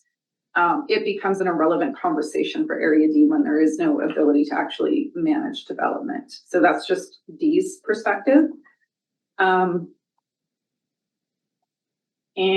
then overall, I would, and I was going to repeat all the history, but I won't. I'll just say that it's 8 years since communities came forward and represented the development pressures they're going through. And a different metric I haven't presented before, but I went and clocked it. 4 kilometers of lost habitat in our primary currently noted in the OCP as residential zone, which is now a gravel pit and industrial parking for different industries. So for those reasons, I would, when we get to a motion, I would be moving option 1 to address my community's longstanding needs. I'll leave it there. And so, and you were reading from Nelson's open board report, the 5-page report, which has that color-coded chart of ongoing, et cetera. Yeah, and I'm Which sorry is a for little that. different from the presentation. The presentation wasn't in the agenda, so I only had the agenda to reference. Nope, that's good. Director Vandenberg? Great, thank you. I'm going to refer to, in the document, the nice little colored areas. And I think that is starting on page 3 of that document. So the top section, which is the light brown, if that's what that color is, I agree with. And so it's the yellows, and I guess my comment to that is to be removed. So, or deferred, bought.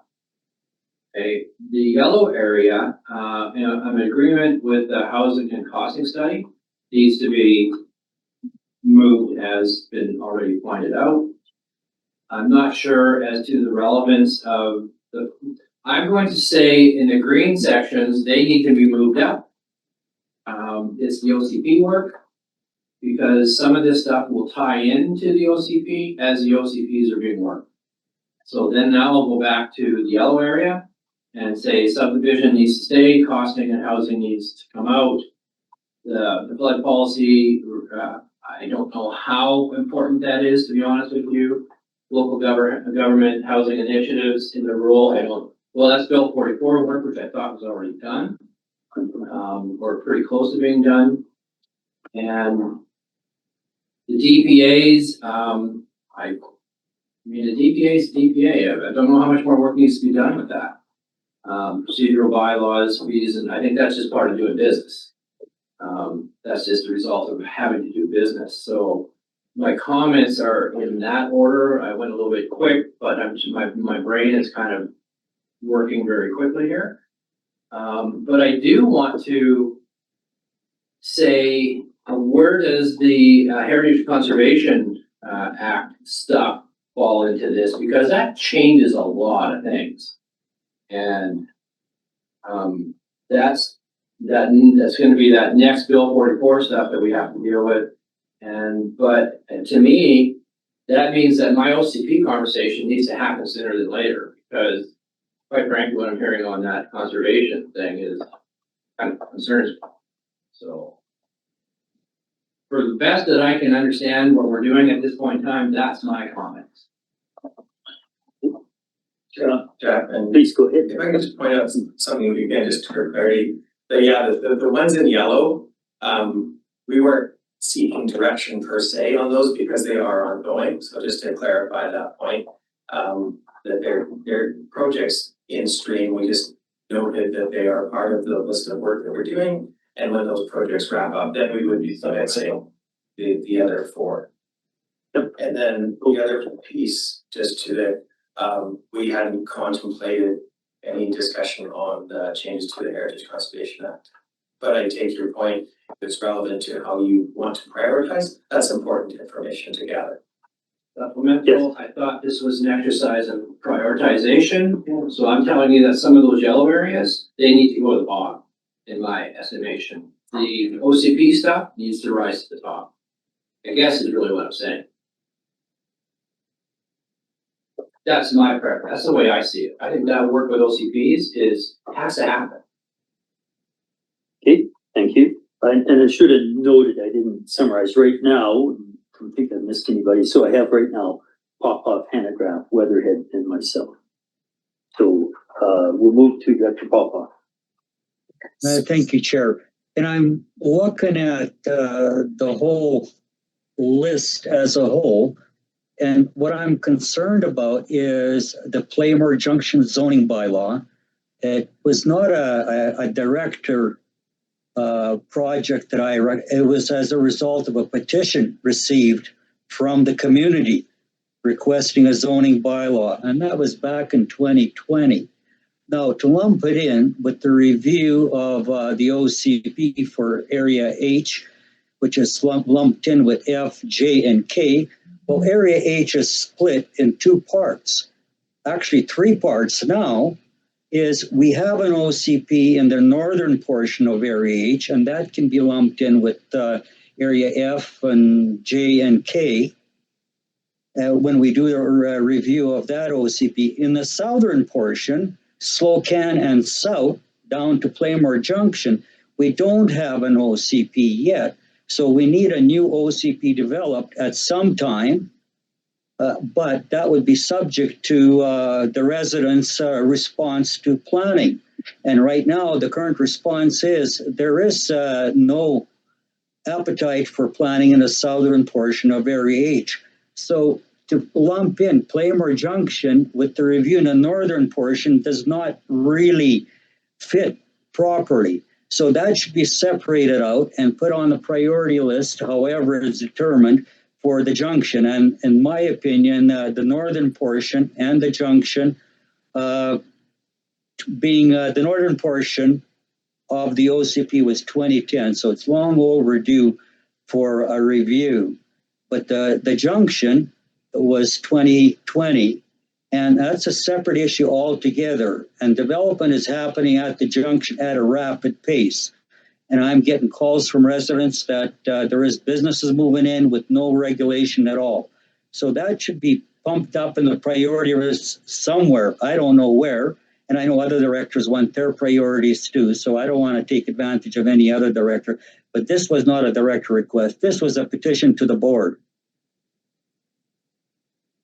That's the end of that. Okay, thanks, Director. Other than taking notes, I don't see anything from staff, but I guess what maybe I'm going to float back to you, Director Popoff. I don't understand when you've agreed to do sort of a cluster of reviews. That's what I think the understanding was in the past few months of discussion. Why you would necessarily entirely isolate Playmore, I would think that remaining in the cluster of reviews, then you could then ask staff as they start their outreach, public outreach, they might tend to engage Playmore first. And maybe with a little bit different message because of the different status when, you know, we're launching from a different position, but it would still be part of the collective project of all of the directors who have a common goal of having a similar outcome. So how staff approaches it, you're not going to have a public session in every cluster community in the first week, but you could certainly try to address the director's concerns through your initial approach and outreach, then how you bring more people together in a bigger conversation. Nelson, you had something on that? Thanks, Jared. I just wanted to point out that our intention was to minimize the complication of the task in front of you today. And that the Playmore Junction conversation is still relevant and to be considered as part of the work plan. But the way I thought we could do that would be with further discussion with the area director around what that scope of work could look like for that sub-regional CP and whether it did include discussion of Playmore Junction as well, or if we delay that to a later time or not. It wasn't a discussion I was intending to have here today. We would just note that the work will get done because it's on the work plan. But I think Director Popoff is noting that there's again a prioritization to that, which again, it could be if that cluster OC or sub-regional OCP for those 4 areas is considered a high priority, then that would include Playmore, or could include Playmore Junction. And how you launch that process and where you go first is completely open to conversation within that. That's correct, and that's a later conversation around the scope of work that we would undertake. Director Popoff, did you have something further? Just a quick response. The Playmore Junction is a separate item altogether. It's a response to a petition. And this will reflect not only on the Area H director, how we respond to petitions and requesting for zoning and planning for a community. It also will reflect on the whole regional district, how we respond to petitions. Like the OCPs are generally directed by directors for the area. This is a response to a petition. And I'll stop with that. Okay, thanks, Director Nelson. How about, I'm just going to propose that we then do that. Again, you can add it to the list of projects. So instead of it being consolidated with that, it's a separate item. So now you've got 5 projects to consider weighting in terms of priority. That could be a way to cast this as well. Okay, but we may or may not make priority recommendations for the board today. They'll go tomorrow. We have until 1 p.m. local time. So we'll move through the speakers list then, because this will be a committee decision and board ratification. So thanks, Director, for emphasizing the history on that specific area. Director Hanegraaff. Yeah, so I thought we were gonna be talking about setting priorities here, and I'd like to advocate for the cluster, as you're calling it, of FHJ&K being made the #1 priority. The Area J OCP will be celebrating its 30th birthday next year. And I'm hoping that at some point we can get this work started. I get that we're not gonna finish it this term, but at some point it needs to start. And looking at the list in order of the oldest, 4 of the 5 oldest are in this cluster.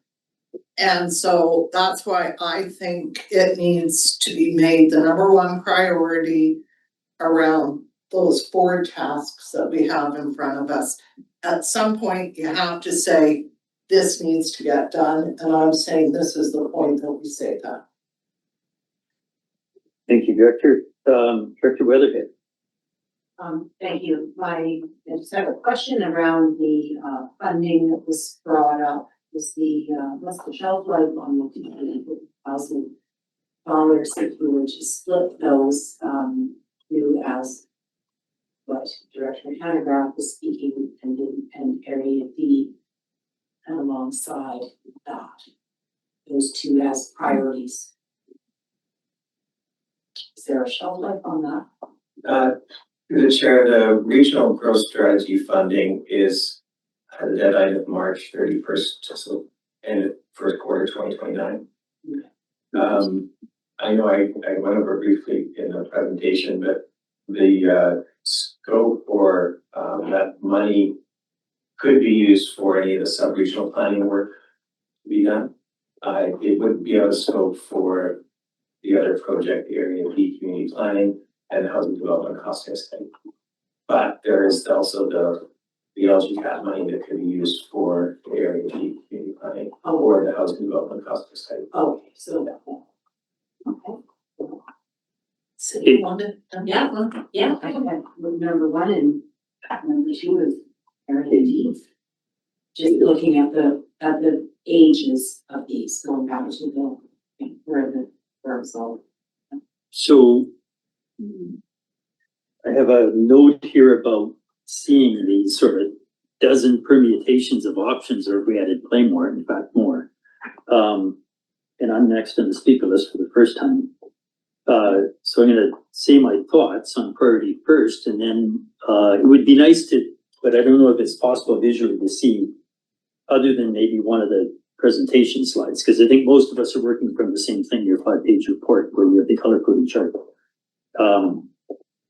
It's always nice to see everybody on the screen, but maybe you could put at least one slide back up that had some of the options, or the options we're hearing talking about right now. We're really supporting the, what the last 2 speakers have said, supporting maybe priority FHJK. Just one of those slides might help us to see what else is built around that. And while you're doing that, I just want to note on the Gantt chart, Bill 44, I think you've shown staff working on it through June 2026, and I'm happy. And if the province likes that or not, thanks for recognizing that you guys need time to do stuff right. The housing and lands study, I'd rather we put a motion to the board. We don't have to do it this month, but maybe next month, no further action. It's aspirational for one of our larger municipal partners to say, hey, you got land in the rural areas to do this, to do this. And I've said this so many times, I don't want to sound too disrespectful, but the let's do this approach doesn't work. We are massively overworked in our planning department of just doing the core work, stuff the legislation says we have to do. Like OCPs, I heard a comment, it's not in the director's request or lead. It is a legislated requirement to do this work. So at a future date, I'd like to see a recommendation, maybe I'll do a notice of motion to myself, that we just remove that. We say this time, no further action, so our larger municipal partners don't have any misunderstanding that we're not gonna go grasping for pieces of land to direct our capital and our efforts and resources to explore.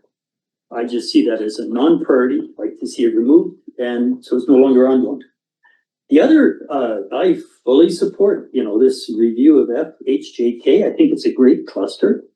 I hope all the director's concerns, ones that were just brought up maybe 5 minutes ago, can be addressed by timing. Timing is everything when you go out to community. This is a huge territory. But the advantages, it would be a great start to the agricultural land reserve conversation because they have small farms and there's some larger, huge tracts in Area K. But there's a lot of smaller, viable or marginal farms in the Spokane Valley and other places. We had conversations around animal units in Robson, up through there in the past. Was it Robson or further north? There were years back, there were questions about should people be allowed to keep 2 horses, 4 pigs and 88 chickens. Those kind of things, like if you go back in our history, we spent a lot of time talking about these little issues, that this is an opportunity through that cluster and variable sizes and types of properties to actually maybe come up with some cohesive directions, and ABC would benefit from that conversation. Parallel to that, I don't expect A, B, and C to not continue working on its small farm model. What would be the most successful? And then I thought there was something else, lot sizes. No, basically that's it. I think it's a great start. I would support that as the first priority. Second priority, Area D, because again, Area D within itself is different. It's from such a tight little township at Ainsworth to the vast spread out areas. So my priorities are that cluster and then Area D, and wait for staff to come up with what they come up with following that. And I'd like to later propose we take off stuff that's aspirational, but not our core work. Director Watson, Chair Watson for the second time. And this, we didn't get a chart for you. That's okay. I think I'm fine with it.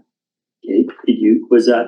No, I had other comments. Okay, and then I'll look for other speakers and so I'll carry on. So, well, I'm grateful to hear that you do support D because this has been a really, really challenging process. If I was to say anything in my 15 years here that has given me challenges that make me want to walk away, this is it. And that is predominantly because of the people I represent and how I don't know what to tell them after 8 years of trying to support their needs that actually align with climate change, smart land use planning, and all these things are not occurring other than saying we're really, really big and we don't have enough staff to do everything. That's the only answer I have for them. So I'm grateful to hear that Director Jackman supports the needs in Area D. I never wanted to be in competition with H or J or anybody else. I feel very uncomfortable with this process in that regard. 30 years is way too long. So I don't disagree with what Director Hanegraaff needs. I also need to address the fact that I have, short of Ainsworth, which is like this compared to this, 0 land use regulations. And I have developers that are, real estate agents that promote the area for development because there's no rules. The conflicts on the land are mounting and I have 0 to support them with other than saying, I'm trying. So with that, I'm just gonna move the motion that my colleagues and their interest of that cluster of, I wanna say H, but it's J, it's because H is what I'm looking at. FHJK. Is top priority alongside Area D. And if I have a second to that, I wanna say one more thing. The second, okay, so I was more enthusiastic. Scenario 1. well, Yeah, we didn't have the option, so I appreciate that, Yeah. Nelson, that's what I was looking for. but yeah, and scenario 1 isn't something that either Christine. Chris or Andrew are gonna really like to hear, because it's not worded, but we do have the first recommendation that the board directs staff to initiate sub-regional fishery community plan update for various FHJ and K, and this project be placed as top priority, blah, blah, and that could then also say alongside with that staff initiate with equally high priority Area D process. I mean, we could have that kind of wording, which I think staff would prefer to saying scenario whatever. Do we need a minute? Stuart, is that you changing that or are you changing the world somewhere else? World somewhere else.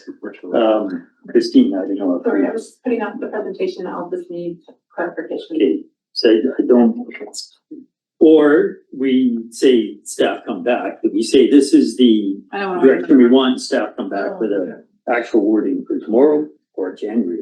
The motion is that staff prioritize the sub-regional planning for, I can't even see that, the one that's blacked out on the screen up there at the bottom. We're gonna make sure Christine's able to capture I this. know, this is me saying to Christine what I'm telling her. FHJ. Yes, and Area D, community planning. And Chair, those are the first two resolutions. Kind of merged, yeah. That out of the resolutions for consideration, so you could just combine those two. I tried that and people said don't do Okay. that. So I'm going back to the board chair. So you've captured wording. Did you want to read it back, Christine, or it's good? Okay, so that's those two merged more or less, cluster plus one as the top priority for planning staff. Moved and seconded. Are those words acceptable to the seconder, Featherhead? And Well, go ahead and speak, then we'll go to Sangeeta maybe. the motions in the board report say based on priority set at this meeting. So I'm Correct. setting that priority. That's the difference with the Yep. motions in the agenda. So just so Christine gets that. Sangeeta, Yeah, on the, I didn't follow that exactly, so we're adding D to the cluster, is that what you're no, doing? no, Concurrently. two concurrent top priorities.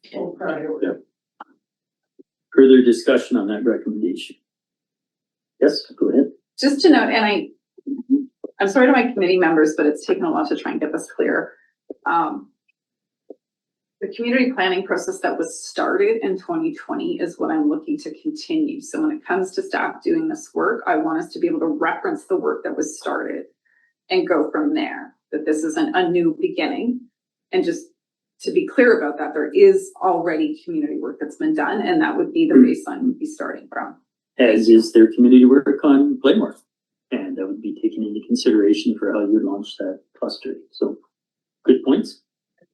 So we have part of this.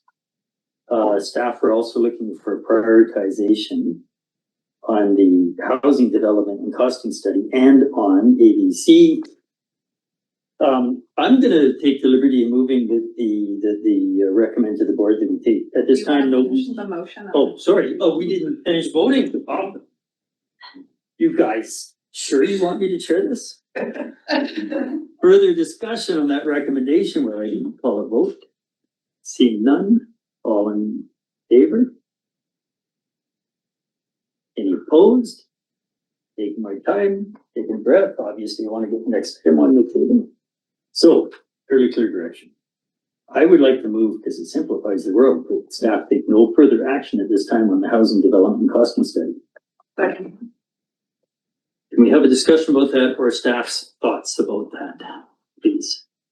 Director Vandenberg. And I support that motion. I guess I would like to get some clarity around, how important is flood hazard policy regulation? Oh. What's the Can significance we of that? deal with, oh, I'm sorry, I'll let you tie it. Go ahead. Yeah, what is the significance of that in terms of how it affects what we're trying to do here? I'm inclined to have that bumped down as well, but I don't understand. Okay, Director, so What's that? if it's not tied to the housing development costing study, which is, I don't think. Yes, then I may amend that bylaw based on the answer for that motion. Okay, we'll see where this goes. So that's a project previously approved by the board, and just as a reminder, it was funded through the Disaster Resilience Innovation Fund. So we hired the consultant team to help us with that project. It's at its, I guess, early stages, targeted to be completed July. Summer of this year, so it's already begun and is funded. Thank you. It doesn't say that to me, and there's lots of moving pieces here, so I'm good, thank you. Okay, so then on any other comments or thoughts or even staff's thoughts, if we, at this time, we state no further action on this housing development and costing study. No comments from staff, no concerns? All in favor? Any opposed? So that kind of reduces what staff wanted clear direction on right now. So we do have another one that they're looking for priority on this cluster, the ADC, Sub-Regional Community Plan Update. Anybody want to place a priority on that? No, we just place two priorities. Directors, Chair, I just want to note it's 11:45 and we're gonna have to start referring things. So possibly since we've gotten through a part of this, can we refer the rest of it and then deal with the budget and the other items on this agenda? This is the last staff request under this item, was this recommendation priority, and it's 11:44, and it's 11:45. It was 11:44. Let's just, we have recommendation on the priority for the other request that staff has made to prioritize, that is the ABC community plan update. We have no recommendation, that's fine. Okay, then we will move off of, that's the business we're doing right now for 4.5.4. We will go to public time now. Once again, we have one member of the public in the room. We have a few online, so I would invite anybody who wants to ask a question of this committee to unmute themselves and ask their question. And again, thank you for sticking it out this far, but I see we have a number, I see some initials, observer, guest, different names on here who are members of the public. Anybody wishing to ask a question of this committee? Hearing anybody online, give you a moment for the member in the room. No questions. I see head shaking. So just pausing, nobody's unmuted. So thanks very much. We will note that there were no questions from the public at 11:45. We have next items. We have 4.55, the draft budget, service S104, planning and land use. Who is going to present that? I lost track of where I was at.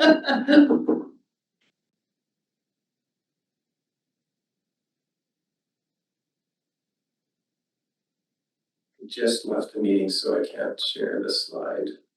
Oh, Christine, can you share the slides? The planning. Planning land use, there's only 3 slides, or 2 slides, introduction. It's just been a one. minute since the one that got on the agenda, so, but I can speak to it. Do you want me to share it? Sure.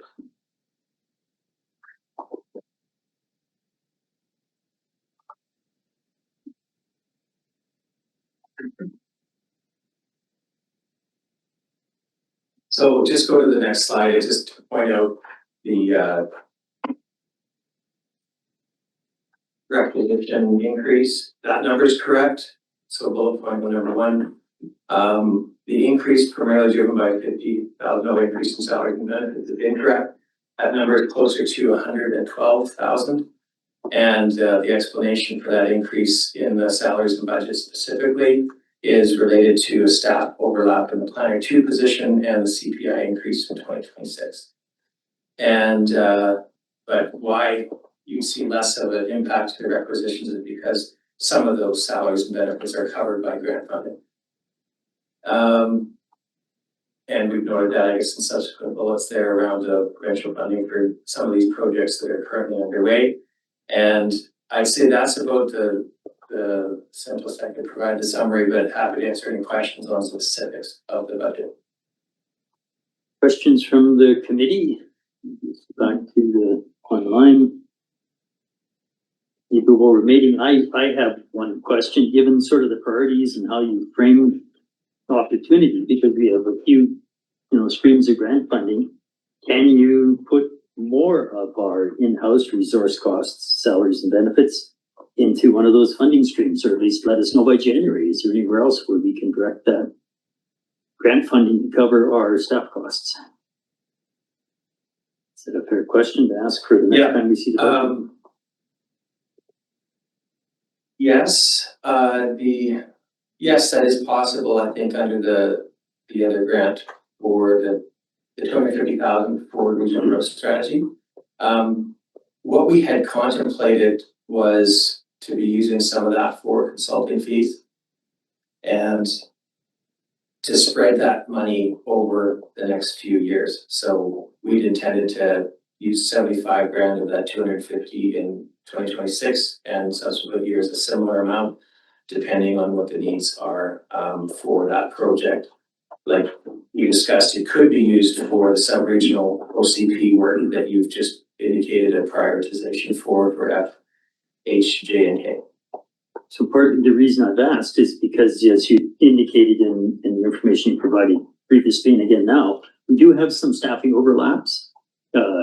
And if this is a bit of a unique opportunity to cover some of the costs now instead of maybe doing something else in the future, I would rather cover as much of current costs as we can. And I know your budget projections into 27, 28, 29 all rise, but I'd like to address the overlap now, or whatever is reasonable, and then still look forward to 27, 28, 29 staffing costs is to, as you said, how would we best spread that money across the years? And again, optimize use of our core staff because they know exactly what they're doing, they know our communities, they know us.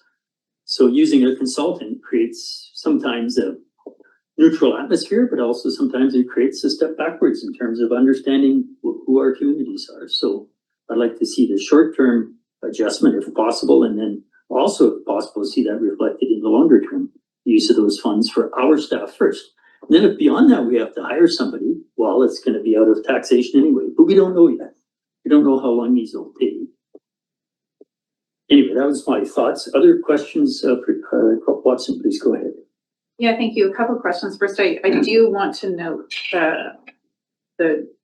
I'm grateful to hear that the grants would be spread out because I think as much as I would love to use those to further the necessary work, it could create a deficit in terms of staff requirements ongoing. So I think your approach makes sense. I do have concerns when consultants do work related to local interests. So we can address that when we get to that point. Don't know until we see them, but I consistently have issues trying to explain local context. And the further away those consultants are, the bigger we don't get what we need. So just note. In terms of the budget itself, two questions. The first one is, and if I missed this, I'm sorry. I noted that there'll be an overlap as we continue with one and another one returns. That the salaries budget moving forward though doesn't reflect a reduction in that overlap. So just question on that one, and then I have one more question.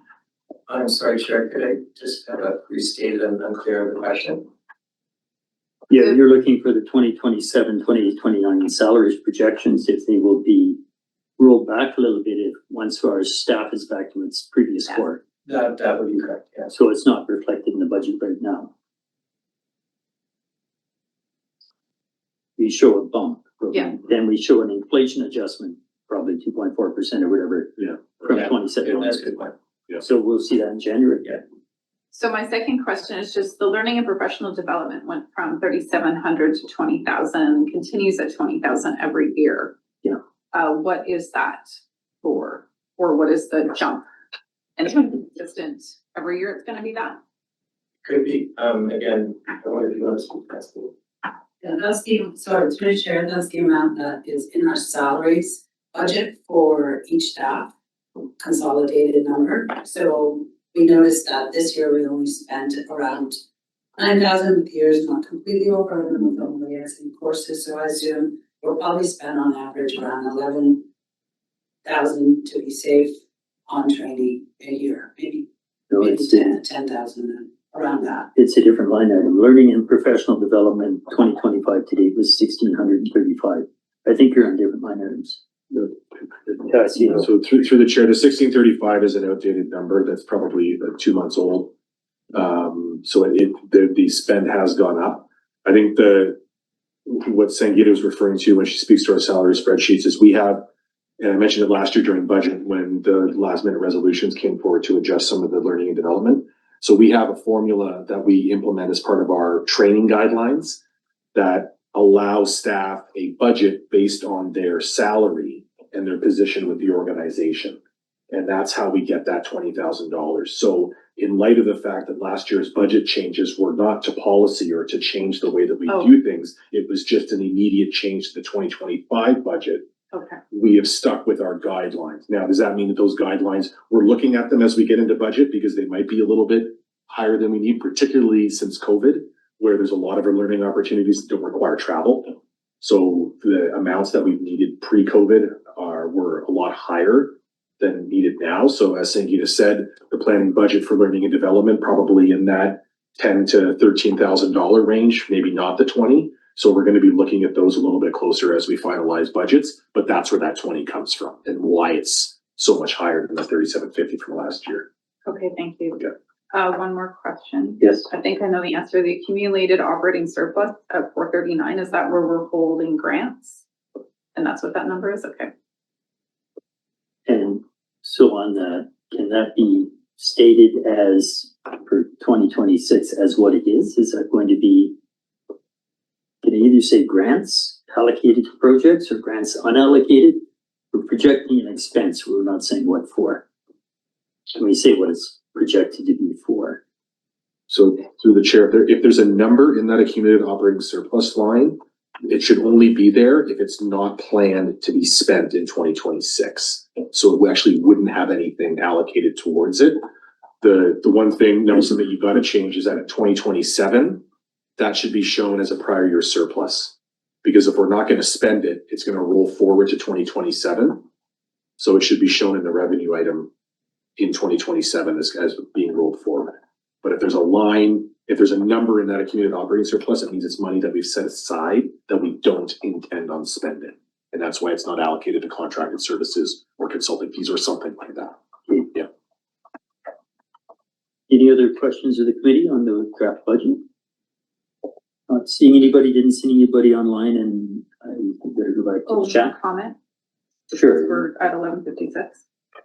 Yeah, we have something that I'd very much like to get to and not call the meeting, but it's something we accommodated for water services, but go ahead. My only comment is planning is where I wanted to see increases because we need the support. So it is fund service and emergency services. I'm okay with that. Okay, so staff have notes to take away. So we do have an item on the agenda, which is unusual. Nobody questioned it. It came up at agenda prep. We didn't have a water services committee meeting, but thank you, everybody, I guess. We had an item of, would have been on the water services. It's time sensitive. Point of order for the chair, before everybody leaves, and I do want to interject and I apologize, but I want to go back to 4.5.4 for a clarity question. So I don't want planning to leave, but I don't want to interrupt what you're trying to do. So if you guys can hang tough for a couple more minutes, thank you. Okay, well, let's deal with 4.61. This is a lease agreement. My understanding it is an ongoing relationship that happens to be with one of our water services and accommodating the post office. So being time sensitive, they wanted rural to have the opportunity to discuss this so that it could go to the board tomorrow, not having had a water services committee meeting. So we're going to speak to that. I mean, go ahead, please. Thank you, Chair. Yes, thank you for seeing this item today. It is a little bit unusual to look at this one, but I appreciate that we're willing to do it. This is a lease agreement. We've had this lease agreement in place since 2016, so it's not new. But it was never, I could never find a board resolution to authorize or anything like that. It was something that was done, I guess, fairly informally. When Belfers post office had to move out of the Belfers. So we leased this building to Ellen Kelly, who was the postmaster in the community since 2016. And now we're basically formalizing the lease agreement in our new template, which just covers a few more bases in terms of insurance and all the things that you will see in the lease agreement. It clarifies things like who's responsible for maintenance, who's responsible for major minor repairs, those kinds of things. And we just wanted to present it to the Rural Affairs Committee and then to the board for approval moving into the next renewal cycle for this agreement. So I'll just leave it there, and if you have any questions. Sure, thank you. So questions, or if anybody wants to move the recommendation, Vandenberg, go ahead. Did you see me, Sammy? Yes. Okay, please, thank go you. Just looking at the term currently the term is for 1 year. Do you want to, I mean, is that a practical term? I mean, you've had the agreement or the identity of the agreement since a period of time, and now you're going to an agreement, which is great. But is the term adequate for what you're trying to, otherwise we'll have to review this every year. Through the chair, that's a good question. We have actually amended the original agreement every year because it gives us an opportunity to basically increase the rent according to inflation or CPI. But we've done it historically according to inflation, but we're a little bit concerned that we're not keeping up with the asking replacement value or just enough money to be able to repair the building over time. It's not a large amount. So currently we started at $400. Now we're at 500 and I'll have a little it's 560 something. Okay. So it just gives us that opportunity to bump up the rent and that's really the reason we just kind of continued with what we've already done in the past, like in 1 year, but we did look at that. And my apologies, I'm in error. I didn't see the renewal for 3 times. So, but no, I understand what you're trying to do. I just wanted to make sure that it was gonna work for you. Yeah, evergreen clause. I don't see anyone else with comments or questions.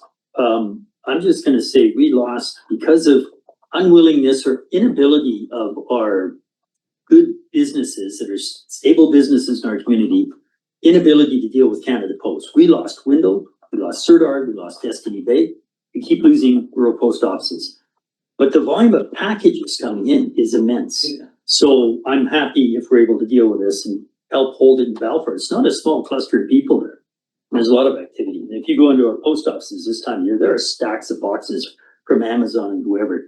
And people aren't, you couldn't accommodate everything from this entire area in Nelson or in Creston. It's amazing how much volume there is. So I'm happy we're able to do this in general. Anybody want to move this recommendation? Or move, seconded? Discussion, further discussion? Seeing none, all in favor? Anyone opposed? So that can go to board tomorrow.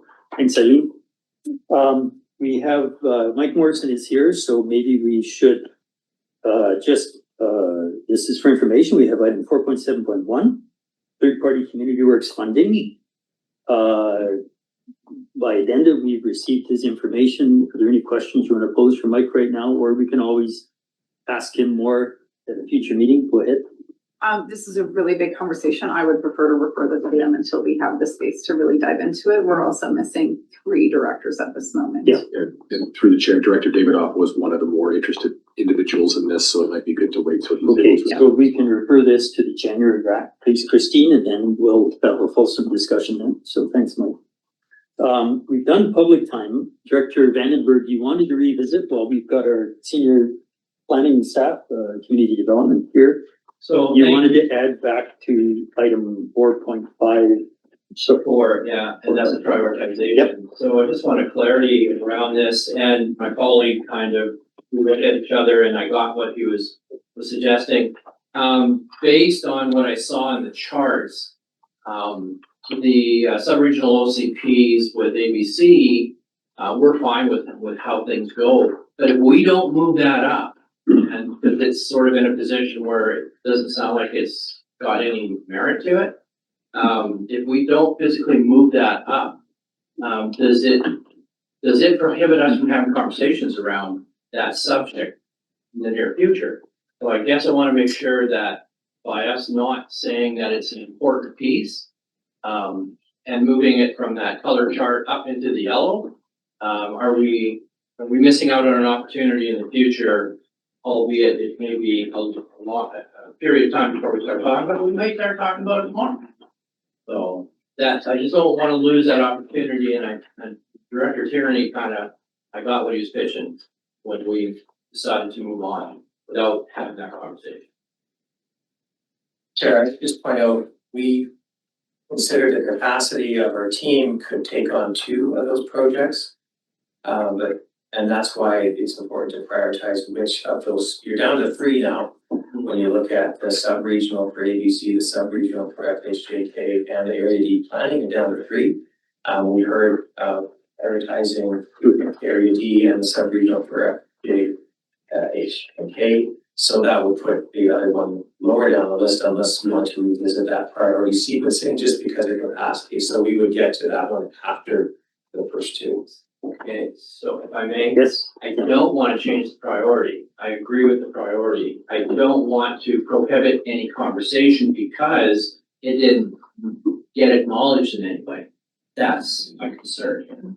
What I'm hearing is we can still have conversations around it, sub-regionally. But your priority is, as it's been stated. That's what I want to hear, is still have conversations around.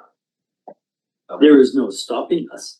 We're having You know conversations what? around. And then I would hear, Yeah. oh, but you Yeah. had your chance to move it up into the yellow and you didn't do it. Fair enough. I Whatever. expect we'll see a whole new sort of work plan framed over the 3 to 5 years, probably you're gonna have to do it. Yeah. So thanks for just That- looping back. We are out of items on the published agenda. Should we entertain a motion to adjourn at 12:05 local time? Moved, seconded without objection. We are adjourned at 12:05.